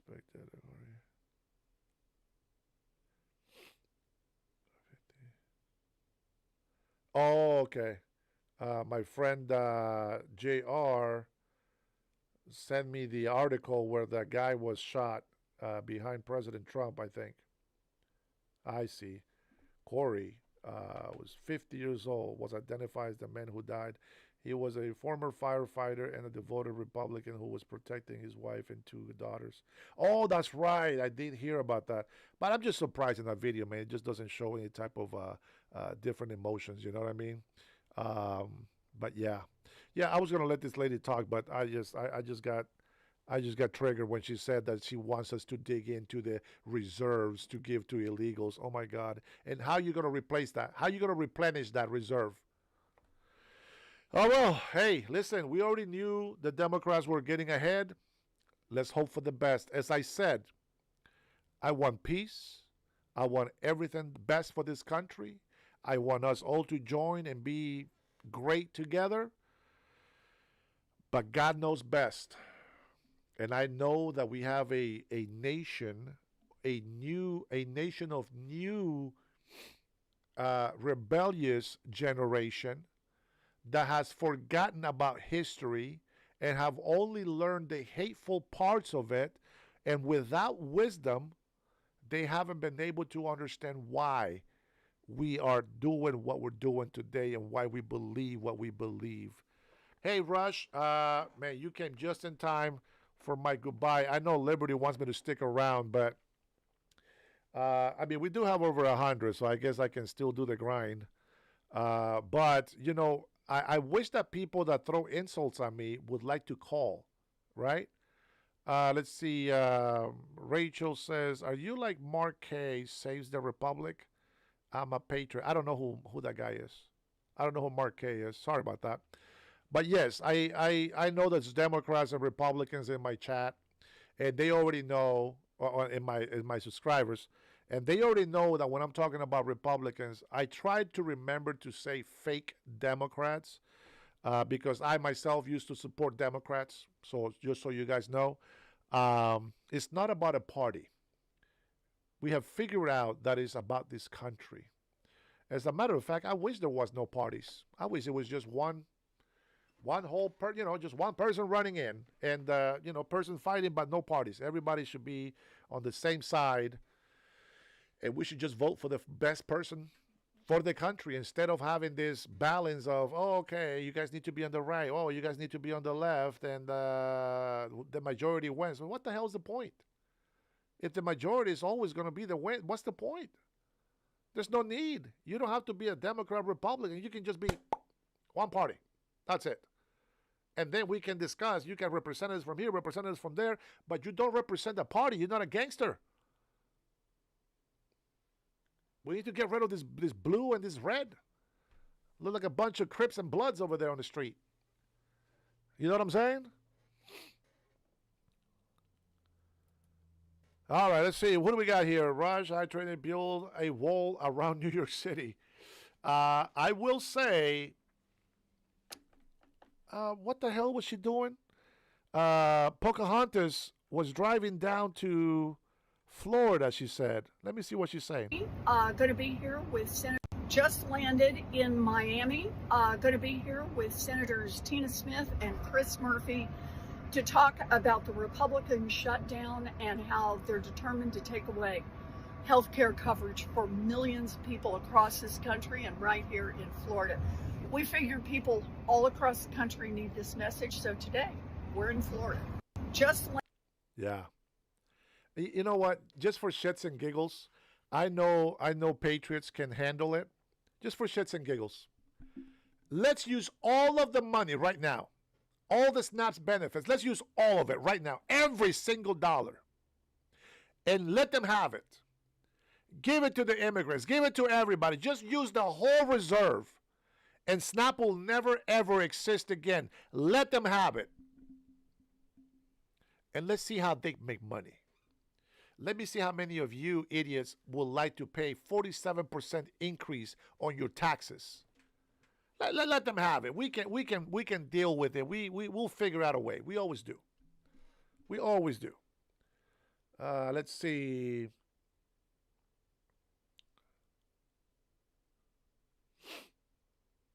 Oh, I appreciate that. Thanks, man.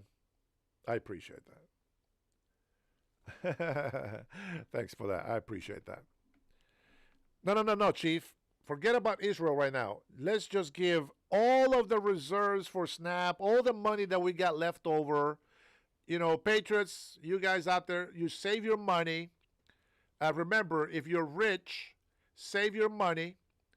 If they force you to pay $30 an hour, just go ahead and fire half of your company and move out.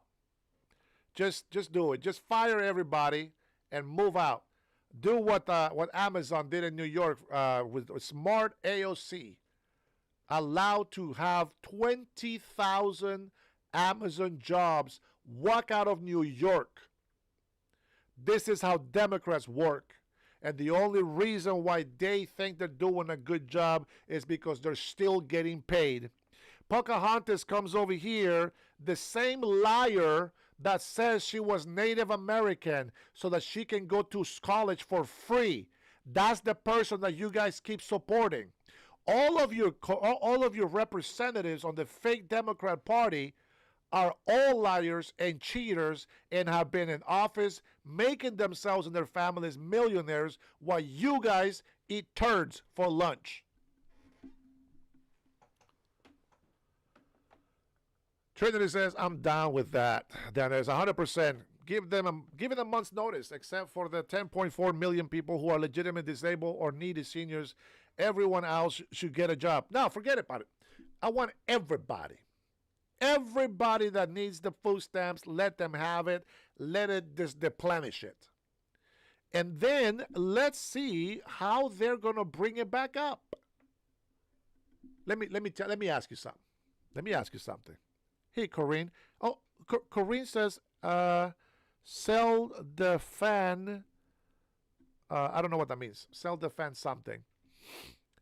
There's a phone number if you want to call me and teach me economics and tell me how Democrats, because Republicans shut down the government, but once the Democrats actually reopen the government, I want you to tell me how do they plan to replenish the reserve that they want to use. That's right, Thunder. You get some. Everybody gets some. Everybody. Hey, open the government so I can apply. Let me get some of that. You know what I'm saying? Let me get some. Let's go. Let me see what else you got. Now, you want some? Why are you having such a fit about EBT? It barely takes any tax money to fund it. And you haven't been really doing your math if you think otherwise. Oh, I will love it. I will love it. Hey, guys, oh my God, Lord. I would love to see how Democrats raise money. Go ahead, give me a call. Here we go. We got somebody here. Here we go. Let me see. Show me how you're going to, oh my God. Call me back. Show me, tell me how you're going to raise money to fix the deficit. Number one, $38 trillion. And we're not going to use Trump's deals. We'll hold on to that money because you don't need it, right? You guys are against Trump. So forget about all those investment deals. Hey, we're going to put them on hold. You guys don't need it. He hasn't done shit, right? Hey, forget about the deal we made with Ukraine. Oh, here we go. Let me see. What's up? Let me see. We got somebody smart in here. All right, who's calling and what is your save plan?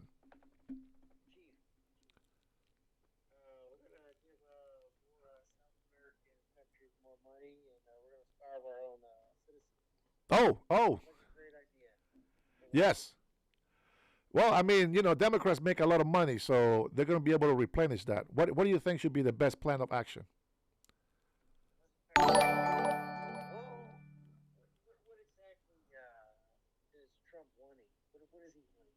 So everything that Trump is doing, right?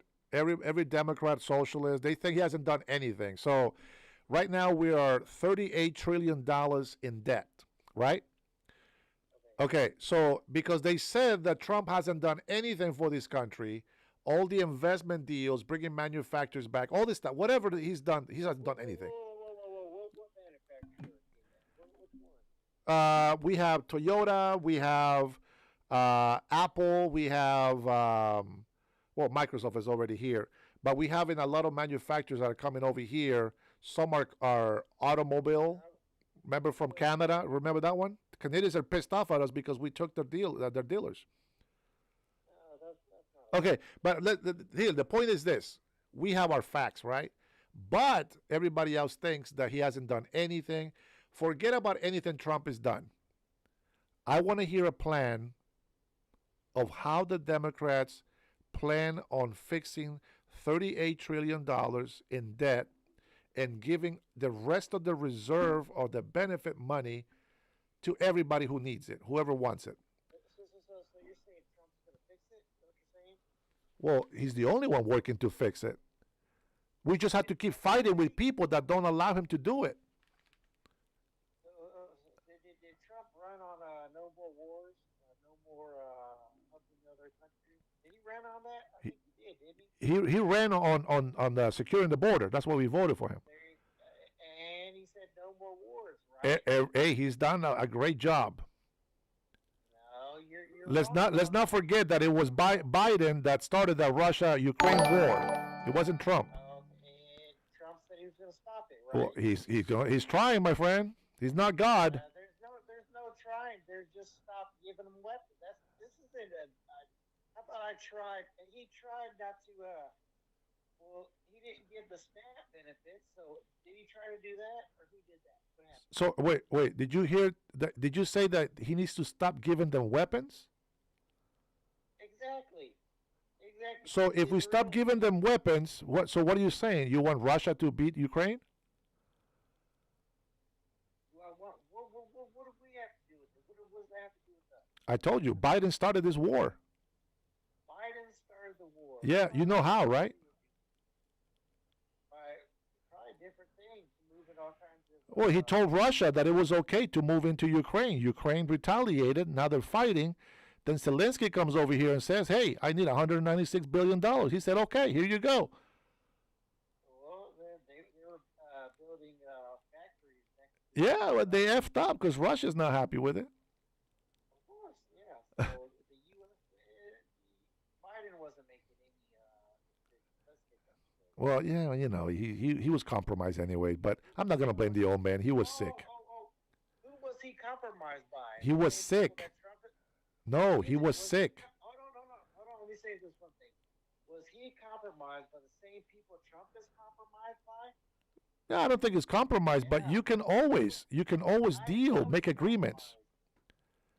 I know he's compromised. He sold us out, and he destroyed the Republican Party. That's a fact. He sold us out to who? To the Israel. That's what To Israel? And where did he get the technology to build the Golden Dome?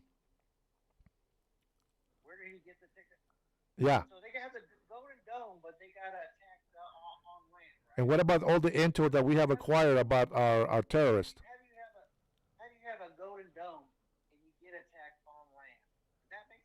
Oh, then nobody's going to dare come and attack on land. I'll tell you that right now. No, that's what they did. That's what they did to Israel. That's why they're fighting, right? Oh, well, yeah, but it's not us. We pray for Israel, but we are America first. No. Trump is Israel first. Trump's not. No, America first. Israel is our brother in arms, and we have to protect them. Listen, I can be the oldest brother, and I'm going to have little brothers, but I'm always going to have to be first so that I can protect them as well. Trump bows down The fight that we have in Venezuela, is that America first or Venezuela first? the fight we have in where? In Venezuela? Venezuela? That's over oil. They want the Yeah. So is that America first or Venezuela first? Yeah, they want to steal the oil. That's what he wants. Well, yeah, that's America first, baby. It looks like it's Venezuela first, but it's not. It's America first. Well, you wouldn't be saying that if your children were in Gaza, would you? Well, I am not in that country. Are you Christian? Yeah.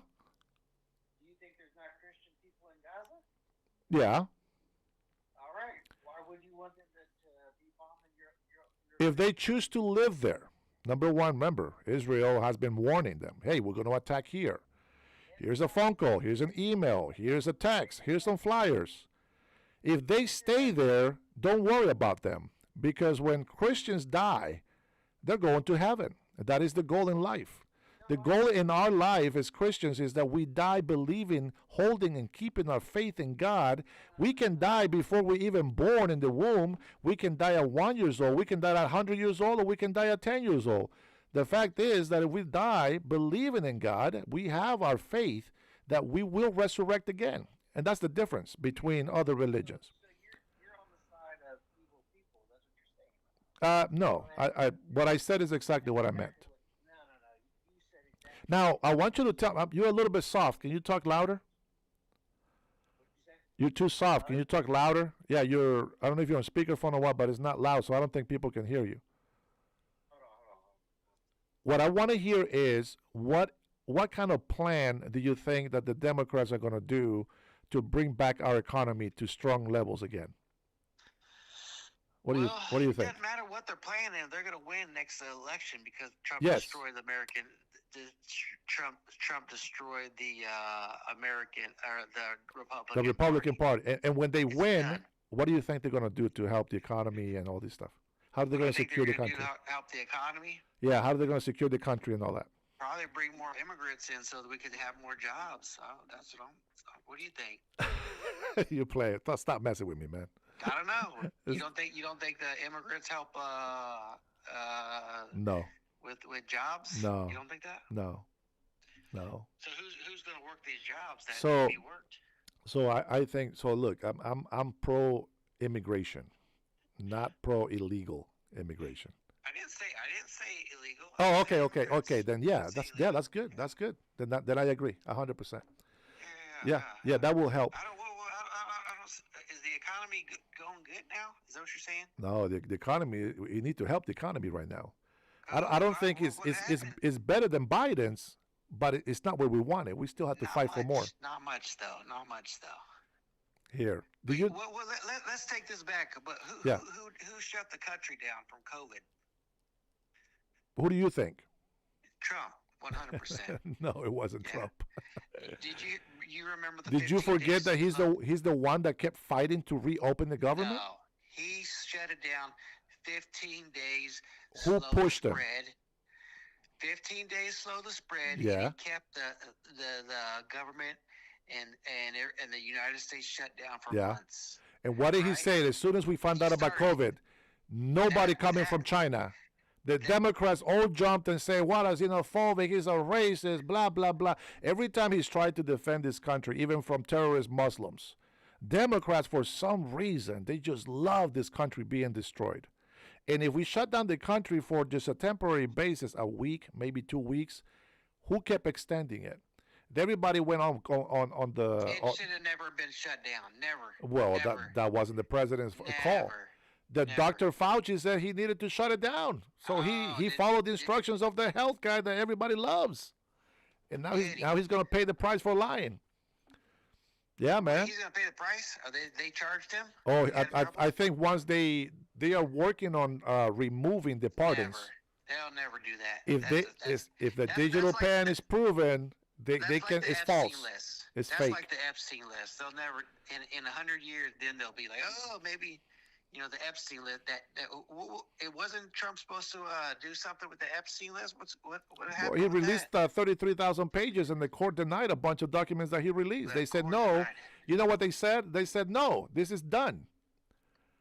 Baloney. Yeah, they said it was done. Look up the story. The district judge court says no. This is done. There's nothing different. We're not going to reopen that case. We're not going to redact everything in those documents because it was already proven that everybody was innocent. And then to protect the innocent, he says, the judge, we're not gonna go for it. He got blocked. Hey, well. Yeah, man. I know. I'm with you. I want to see those files too, man. We want to see them, but I just think that we have more important things that we need to worry about. But I do want to see those files eventually. I'm with you on that. We need to leave APAC. That's for sure. They're destroying our country. APAC Maybe. is Maybe. I haven't digging into. It's not maybe. It's 100%. They are. They're the one. We're going to war for them. We go to Iraq for them. We go to Afghanistan for them. We go to Iran for them. We're going to go probably next going to Iran for them. We're gonna be fighting their wars and giving them all our money. $4 billion. How much money we give? $4 billion a year. Israel every year $4 billion. And what are they doing for us? What do you think? Nothing. Not a damn thing. Not a damn thing. we get intel from them. We get intel from them. We get technology from them. We get them to fight with us because they do fight next to us. No, name Israel one has technology been we got from them. Name one. Golden Dome. No, we never got the dome. Oh Where's that shit! Now you got to be kidding me. They're building it right now. What are you talking about? Where? They are building it. Yeah, man.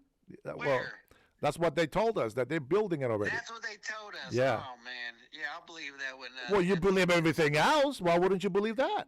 No, I don't. Yeah, no, you believe everything that Israel is doing illegally, that is doing wrong. You believe that, so why can't you believe that? Like, name one thing. That was the one thing.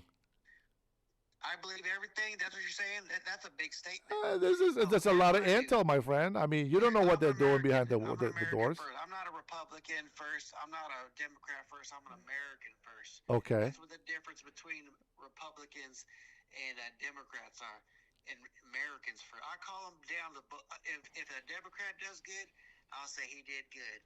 If a Republican did good, I'll tell him to do good. But you know what? The Republicans are all sold out now. Yeah. So are the Democrats. To APAC. And what about the $1.5 trillion these Democrats are shutting down the government for? Do you think that's America first? Is that America? Who knows what's in these papers? I'm saying. I'm assuming. Here's what I'm assuming. What did you ask? I'm sorry. What was it? Trump wants more money for ICE, correct? That's probably what it is. It's done already. The big beautiful bill passed. No, there was a clause. What do you call it? A clause? I can't remember. There's something that was taken off that they were given to illegal immigrants and throughout the world, right? All the countries. It amounts to $1.5 trillion. They shut down the government because they went through a vote in Congress and the Senate and they lost it. We use democracy as they want us to use it, but because they cannot beat us since we're the majority, the only thing they can do is shut down the government. What's the problem? Oh, because What's the problem? yes, because a lot of people don't know this, but in order for the government to stay, open, they need 60 votes, and the majority in Republicans right now is only 51 or 53, I think. Well, there you go. Yeah, we need seven. We need 7 Democrats, and we're good. Is that the Democrats' fault? Yeah, they're the ones that shut it down. Democrats on them. If They shut down the government. What do you mean? No. Yes, they're the ones that shut it down. They said if Trump doesn't give us this $1.5 trillion, we're shutting down the government. This is the key right here. I'm gonna tell you, this always happens every time Democrat or Republicans have the majority. Republicans always do this. They never stand firm and do what they're supposed to do. It's always happened. It's always going to happen. and it's a fixed system. This is it's just like the pandemic. I mean, pandemic. You know. Yeah. This is. But I give you a fact right now. I said the Democrats won $1.5 trillion, which, by the way, was already voted. Right? We use democracy that they want us to use. We use democracy. We won already. They can't do anything about it. Okay.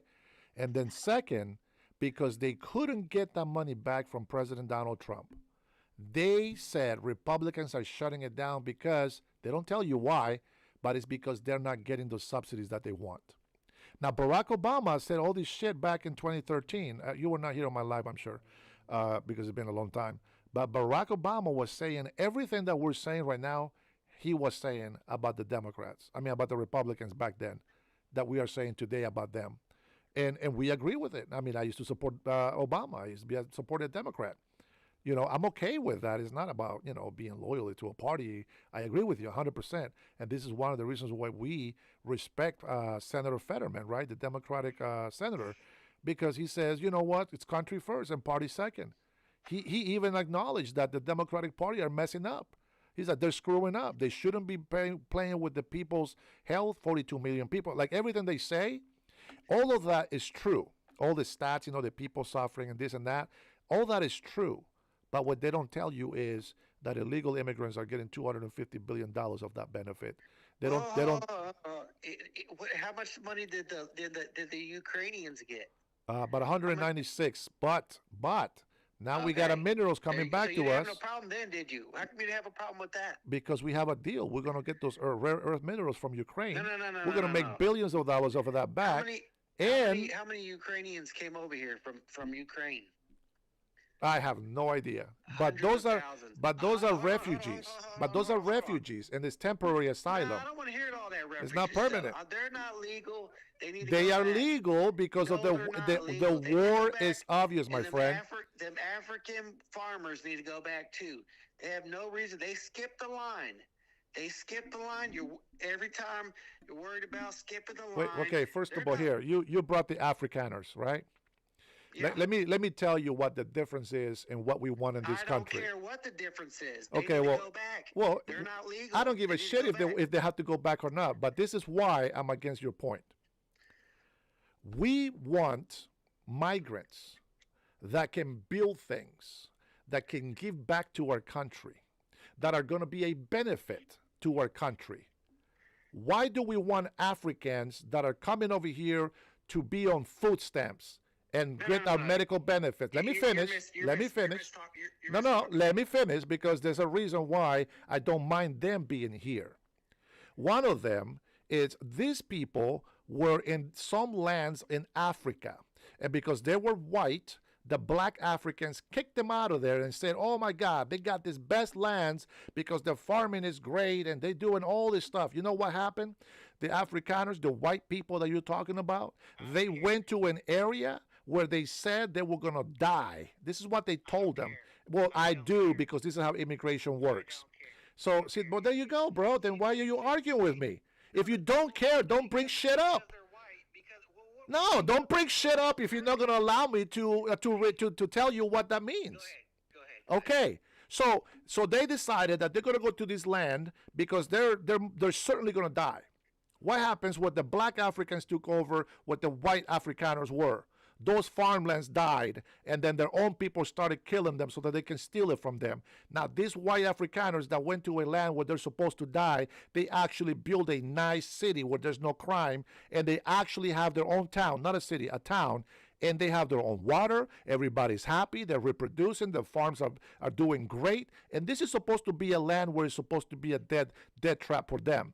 Now they want to kick them out of there. Now they want to come and kill them. So guess what? I want all of those Afrikaners here in America, because the fact that they were able to build all that tells me that they will be better assets to the American people and to this nation. So you see the difference between how you think and the way that I think? You think that immigrants in here are welcome, but you didn't say people that qualify to be immigrants. You just say immigrants that get a visa. I want people here that are going to build this country and make it better. You're just happy with saying as long as they got a visa to come here, that's great. False.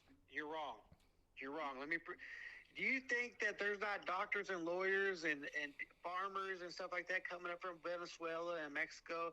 Those are smart people come up here with money. You may think they're broke. And? And what I'm saying, that they're not dummies, is what I'm saying. And millions of them are. Millions. Now, you're talking about hundreds of thousands compared to millions. No. See, that's your problem. What problem? You want all these Ukrainians who they give free money to, free houses. You have no problem with that. You're not an American. You're not a Republican. I am an American. You that. No, you're not. Because you don't stand on the truth and the Constitution and what's right. Who the hell is the Constitution for? It's for Americans. Then there you go. Then what's the problem? You know what Haitians did? They went to a struggle. Democrats stole their freaking money from them, by the way, with an NGO. We had thousands of Haitians in this country. Asylum is temporary, my friend. We had a lot of asylums from Honduras as well because of Hurricane Mitch back in the early 2000s. That is temporary. They overstay their visa. They are illegal. They are overcrowding our country. There's not enough housing for everybody. Prices are going up because there's not enough housing. All of our they are in a war. You know what? Mexico is not in a war. They skipped the line. No, Mexico is not in a war. Haiti is not in a war. Honduras is not in a war. No, no, exactly. No, they're not. Not like Ukraine. Cartel's been a war, killing people. Oh, no. Wait. That's their own doing. That's their own doing. No. That's their own doing. That's different. No. That's different. Again, America first. And we're fighting for them. What the hell are you talking about? We are fighting for Venezuelans. Dude, come on, man. All we're doing is trying to go get their oil. We don't care. Yeah, because America first. Because America first. Yeah, we don't do shit for free. Are you stupid? That's what Biden did. And that's what I tried to explain to you before you cut me off. They gave $196 billion with nothing in return. Oh, no. You don't even get to tell me if I am or not because you're not.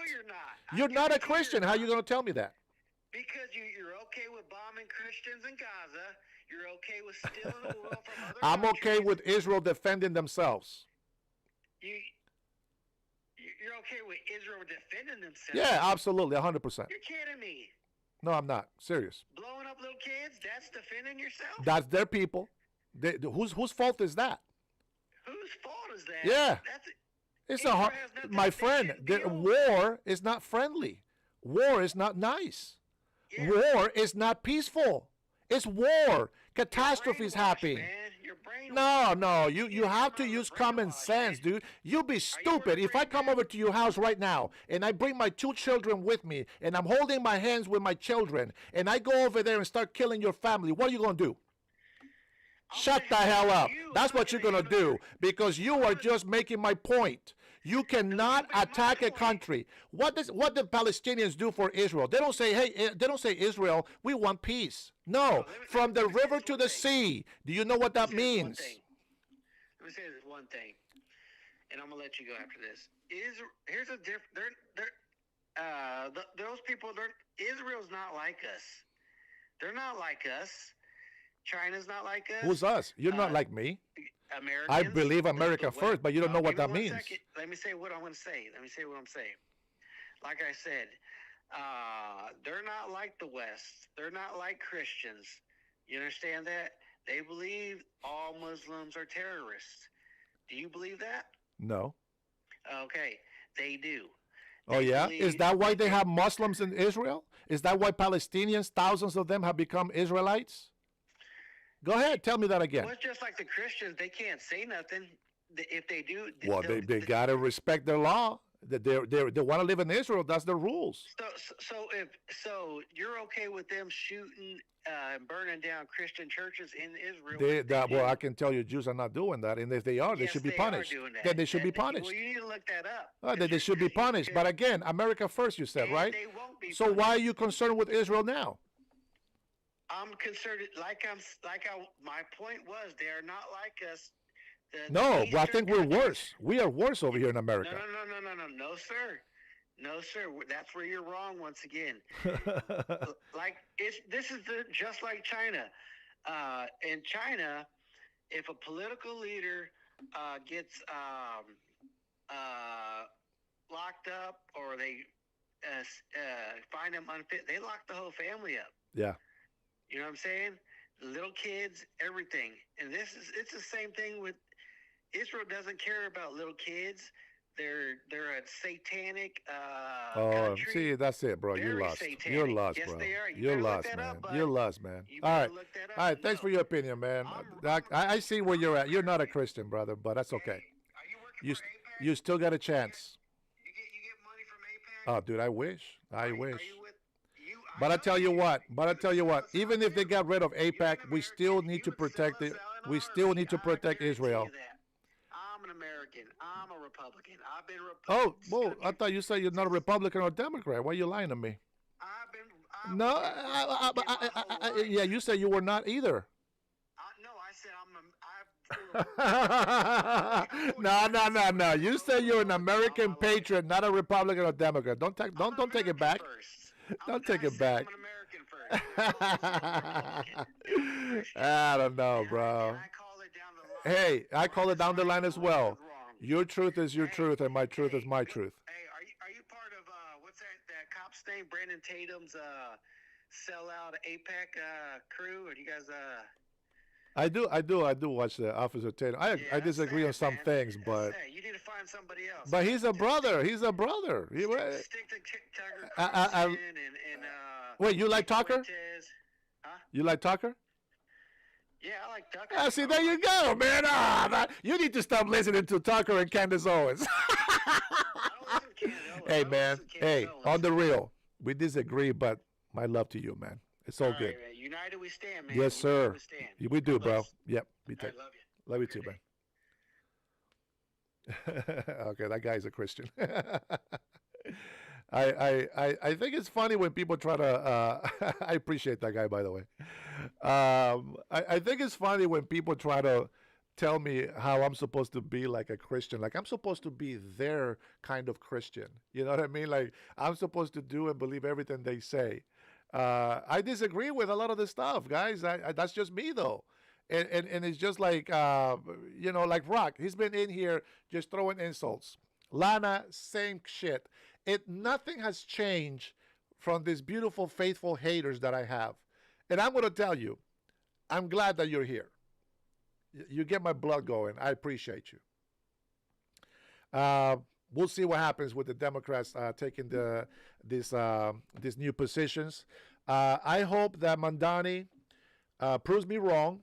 Maybe he is. Maybe I don't know. He switched his story a few times, but maybe he is trying to fight for the people. We'll see. We have laws in this country, and hopefully, who knows? Maybe these people will actually make a difference. We'll have to find out, guys. Democracy, right? If they got voted in and they won, well, let's see what happens. I'll give them a chance. We have talked all this negative stuff about them. Let's give them a chance. Now that they won, it's over. We got to accept it. Let's see what happens in the next couple of years. Maybe they'll prove us wrong. Maybe New York is going to be flourishing in the future. So here is the thing that if you really care, thank you, Precious. Love you, baby. If you really care about me being a Christian, if you really care, which I know you don't, you try to use Christianity as a form of a weapon. You're not doing it to edify. You're not doing it to help. You're using Christianity as a weapon to cause me harm. But guess what? No weapon formed against me. No weapon formed against me will ever be successful. I respect everybody, but respect is earned. It's not just given. If you disrespect me, I'll give it to you right back. You have heard the law, an eye for an eye, a tooth for a tooth. You give me words, I give you words. You give me a slap, I'll give you a slap. Now, if you really want to practice the Bible, the first thing that you would say to anybody that is illegal, go back home. Respect the law. It's what makes you honest. It's what makes you a good person. It gives you good moral ground to stand on, and it gives you good ethics as a person. That's what you say when you're a Christian. But you've been watching too many damn movies about Christians. That's the problem with you. Your teachings is just that the scriptures that the preacher gives you at church, if you go to church. But you've been watching too many damn movies.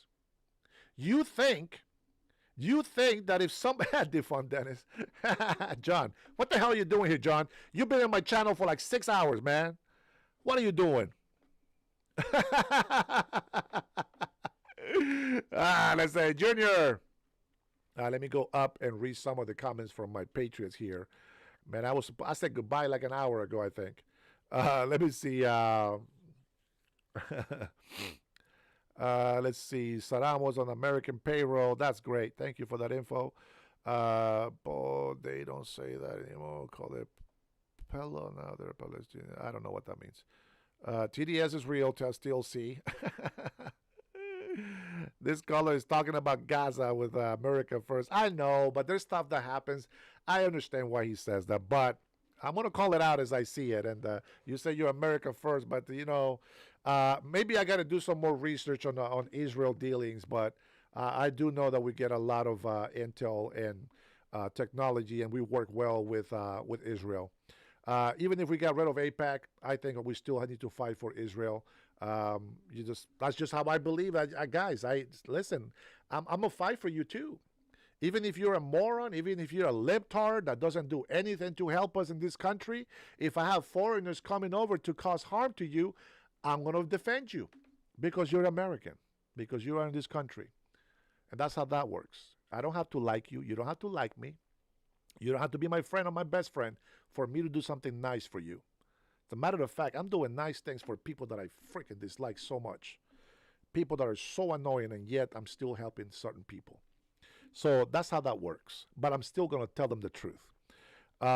If you think that the words that I use, if I say shit or poop, it means the same thing. So don't play stupid words with me. We are not going to be politically correct in this channel, okay? I try to hold off to the F word. I think that's a little bit too far, okay? But that's just me. Trinity is with me. I love Brother Tatum. Me too. I do. Officer Tatum, he's all right. I disagree with some things that he says, but he's right for the most part, and I can agree and disagree with him. I disagree with Pup calling me an idiot. I think he's an idiot. Lana, you guys, are you the same person? Are you guys in the same room typing the same damn thing? Let's see. Get out of the basement, says 98 HD. All right, yeah, these three are in the same group right here, man. Almost right next to each other. Let's see. Me too. Trinity says, Brian, we all love Officer Tatum in here. It looks like. What was the caller's name? The person just called in. He didn't say. Did he say? I don't know. I don't know if he said it. He was. The phone was very soft when he started talking, but it's all good. I mean, he wished me well. He blessed me. I'll take it. I appreciate that. So whoever that caller was, thank you, man. I appreciate that. Much love to you. Lana says, read the Bible and you'll find out how Christians are supposed to act. Lana, are you a real Christian? Oh, that's great. So what do real Christians do when the enemy comes and attacks you with guns and bombs and missiles? What do real Christians do then? What do real Christians do when their country's being invaded? Go ahead. What do the Christians do? They just give up the stuff. They just, oh, here you go, honey. Jesus says, this is all yours. You're my neighbor, right? Here you go. Shut the hell up. Better. I couldn't help myself, guys. I couldn't help myself. But you know what? Nobody gets to pick on my Americans but me. Nobody else gets to do that shit. I'll make sure I defend the American people always. Blue across the country. The wifey jump in my chatting here. Appreciate you, baby. I said goodbye a long time ago, babe, but you know, some people they still want me to stay on here. All right, we drop under 100. I think we're good. The fund care. The truth isn't often nice. 100% Trinity, you get it. Brian says, yeah, Green, I see a court martial in your future. Oh, man. Yes, Lana, I agree with you, says Green Reaper. Okay, you made me go look for him after you said that, Brian. Christian first above all. God above all, not Christians. But I know what you mean. Let's see. Trinity is smarter and wiser than you will ever hope to dream of in your life. Rock Gibraltar. Let's see. Poppiness, love thy neighbor. Truth is love, even if it's not nice. That is 100%. 98 says, me too, then. Eye for an eye is not a Christian genius. That's Hammurabi's code. Oh, well, thank you for the history lesson. I believe in eye for an eye. Yeah, when the Bible says, you know, if somebody hits you on the cheek, turn the other cheek, it doesn't mean here, hit me. It means defend yourself. Turn your way. Turn away. Defend yourself. And people think different things. I don't know. You can think the way you want about that. I don't think that means hit me again or hit me and it's okay to hit me again. That's stupid. Leonard thinks Christians are supposed to patronize and be nice. Not true. That's right. Let's see. Oh, here there's a lot of Christian geniuses in here. These guys are really teaching us something today. Let me see if I got something new in my notifications here. Let's see. Taking back Washington State. What's going on here? Team is election day. Many of you are sharing posts to get people to vote today. Keep up the great work. If you are in this group, you all need to do is repost and like. Legislative District number 5, State Senator Chad Magendans. I don't know who the hell that is. So, matter of fact, guys, I'm over here talking so long I didn't go vote. And no, I don't believe in the mail-in voting. So, I guess I didn't vote tonight. We'll see. Horrible example. Green says, Dennis, you dodge more questions than Trump. Hey, you know, I got to weave. You know what I'm saying? I learned from the best. You got to weave it around. Got to weave. Got to weave. Congratulations, New York. Mandani is your new king. Enjoy. I hope that a person that's never held a job in their life, a person that has been rich, never known what it's like to be poor, a person that lives in a rich apartment, can really care about you poor mofos over there. Good luck. They only care about middle and rich class. They don't care about the poor. They just give you guys food stamps and just some free housing when they can. But you know, you can probably go on that for like 5-10 years. So it's going to take a while. So I have hope that we have some changes in the future election. Let's say Chris, the crackhead is back. Chris, you built a reputation already. Stop stealing my show. Chris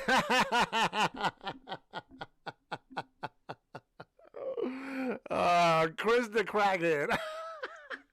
You know, I wish I could put nicknames on you on the people's names. I wish I could just grab Chris's name, Prime Minister Chris, aka the crackhead. That's cold. That's cold. Oh my God. All right.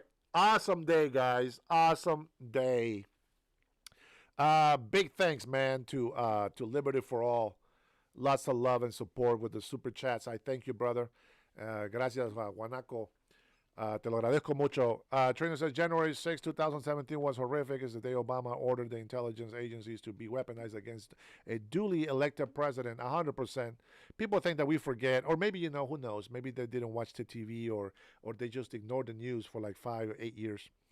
Let's see. What time is Israel's puppet? I have no idea, Mr. Jamie Puppet. You talking about Trump when you say that, right? Always talking nonsense. We got to weave. That is nonsense to you guys because you don't know the weaving, the art of the weave. Chris still hasn't got his EBT deposit. Get him, Trinity. Get him. Let's see. Learn how to support you. Dennis and myself, we are patriots. I think we will disagree, but it's not bad. It's actually good. I call that diversity. It is our constitutional right, and that's what makes us Americans. That's right. Sorry, haters. I will correct that, haters. Sorry, haters. But I think by the end of the day, I can disagree, and we can talk a lot of shit with liberty. And I can tell you, by the end of the day, we don't have a problem having a beer together. And that's what it's all about. That's what it's all about. I think, you know, all the stuff that you guys see here, you guys come in here with a set mind of, I'm going to hate this conservative. I'm going to hate this Nazi, racist Trump supporter. You don't come in with an attitude of, let me see why they think this. You know, let me see why they think that. And you know, you can disagree with me on everything that I believe. I mean, maybe what I think is a fact is probably fake, you know, and that's okay. But what I can say is this: I will never put Americans before illegal immigrants in this country. Will I support helping Mexico? Of course, 100%. Would I support helping Honduras? Of course, absolutely. Guatemala, Salvador, Costa Rica, Nicaragua? Of course. Anything we can. Let's do it. But we got to take care of this country. If we don't take care of this country, we won't be able to help those people. Number one, we're not going to be able to help ourselves. And number two, we're not going to be able to help anybody else in the world. And let me just tell you, China and Russia and right now the regime Venezuela, if it's not taken care of, that's going to be a problem. Honduras, the president of Honduras is friends with the Venezuelan Nicolas Maduro. And I think by now a lot of Hispanics already know what that jerk is. And so, you know, Salvador is influencing Guatemala, which is a good thing. I hope that Salvadorians influence the whole Central American. I hope that by the next election in Honduras, they actually get a good president to run for office, somebody that really loves the people. I honestly, I don't know if I can repatriate to Honduras. Somebody told me that there might be a chance for me to run for president in Honduras because I was born there. But they say that it might be possible to renounce my American citizenship.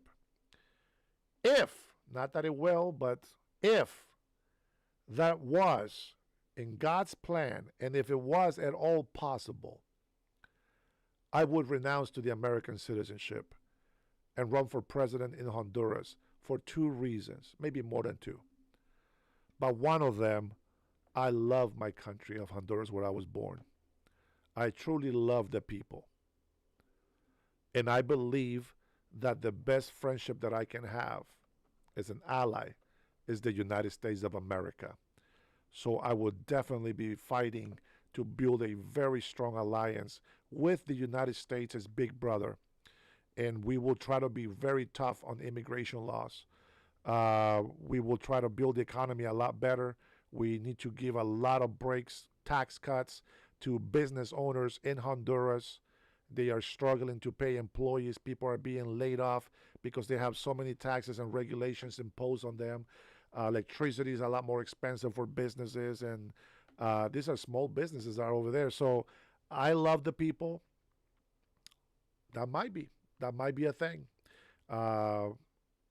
Just imagine having the wisdom that I have acquired here in the United States of America and the vision for something better. We have seen so many great examples from our President Trump and a lot of the people that are in this country that that is probably maybe a good thing, you know.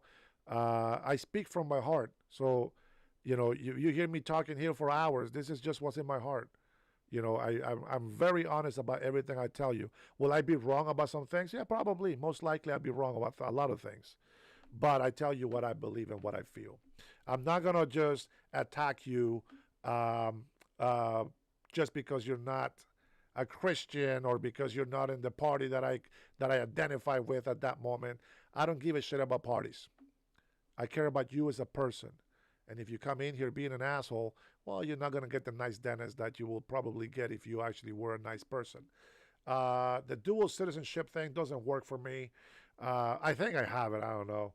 But you cannot have dual citizenship if you want to run for president. So that's what I know for sure. But well, we'll see. Who knows? You know what? I'll tell you what. I wouldn't put it past.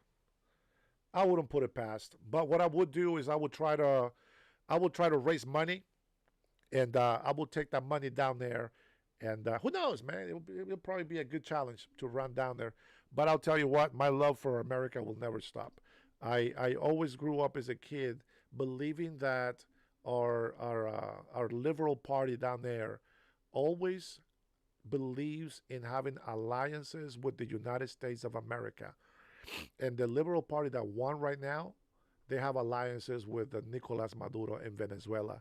And the one thing that we are finding out by investigations is that there's a lot of drug trafficking coming through Honduras, which, by the way, the president ran a campaign blaming the previous president because his brother was doing the whole thing. It's a long story, whatever. The fact is, whatever God wants is what we're going to do. Guys, again, thank you so much for your love. Thank you for your patience. I appreciate the super chats. Liberty for all. You're the man. Junior, thank you so much for calling in. Love you, brother. Love you, Boricua. I love all my Hispanics. Love you, Sister Trinity, Brian, Rush, babe. My love to all of you guys. Thanks for your support and for your kindness. Y'all have a good night. Be blessed.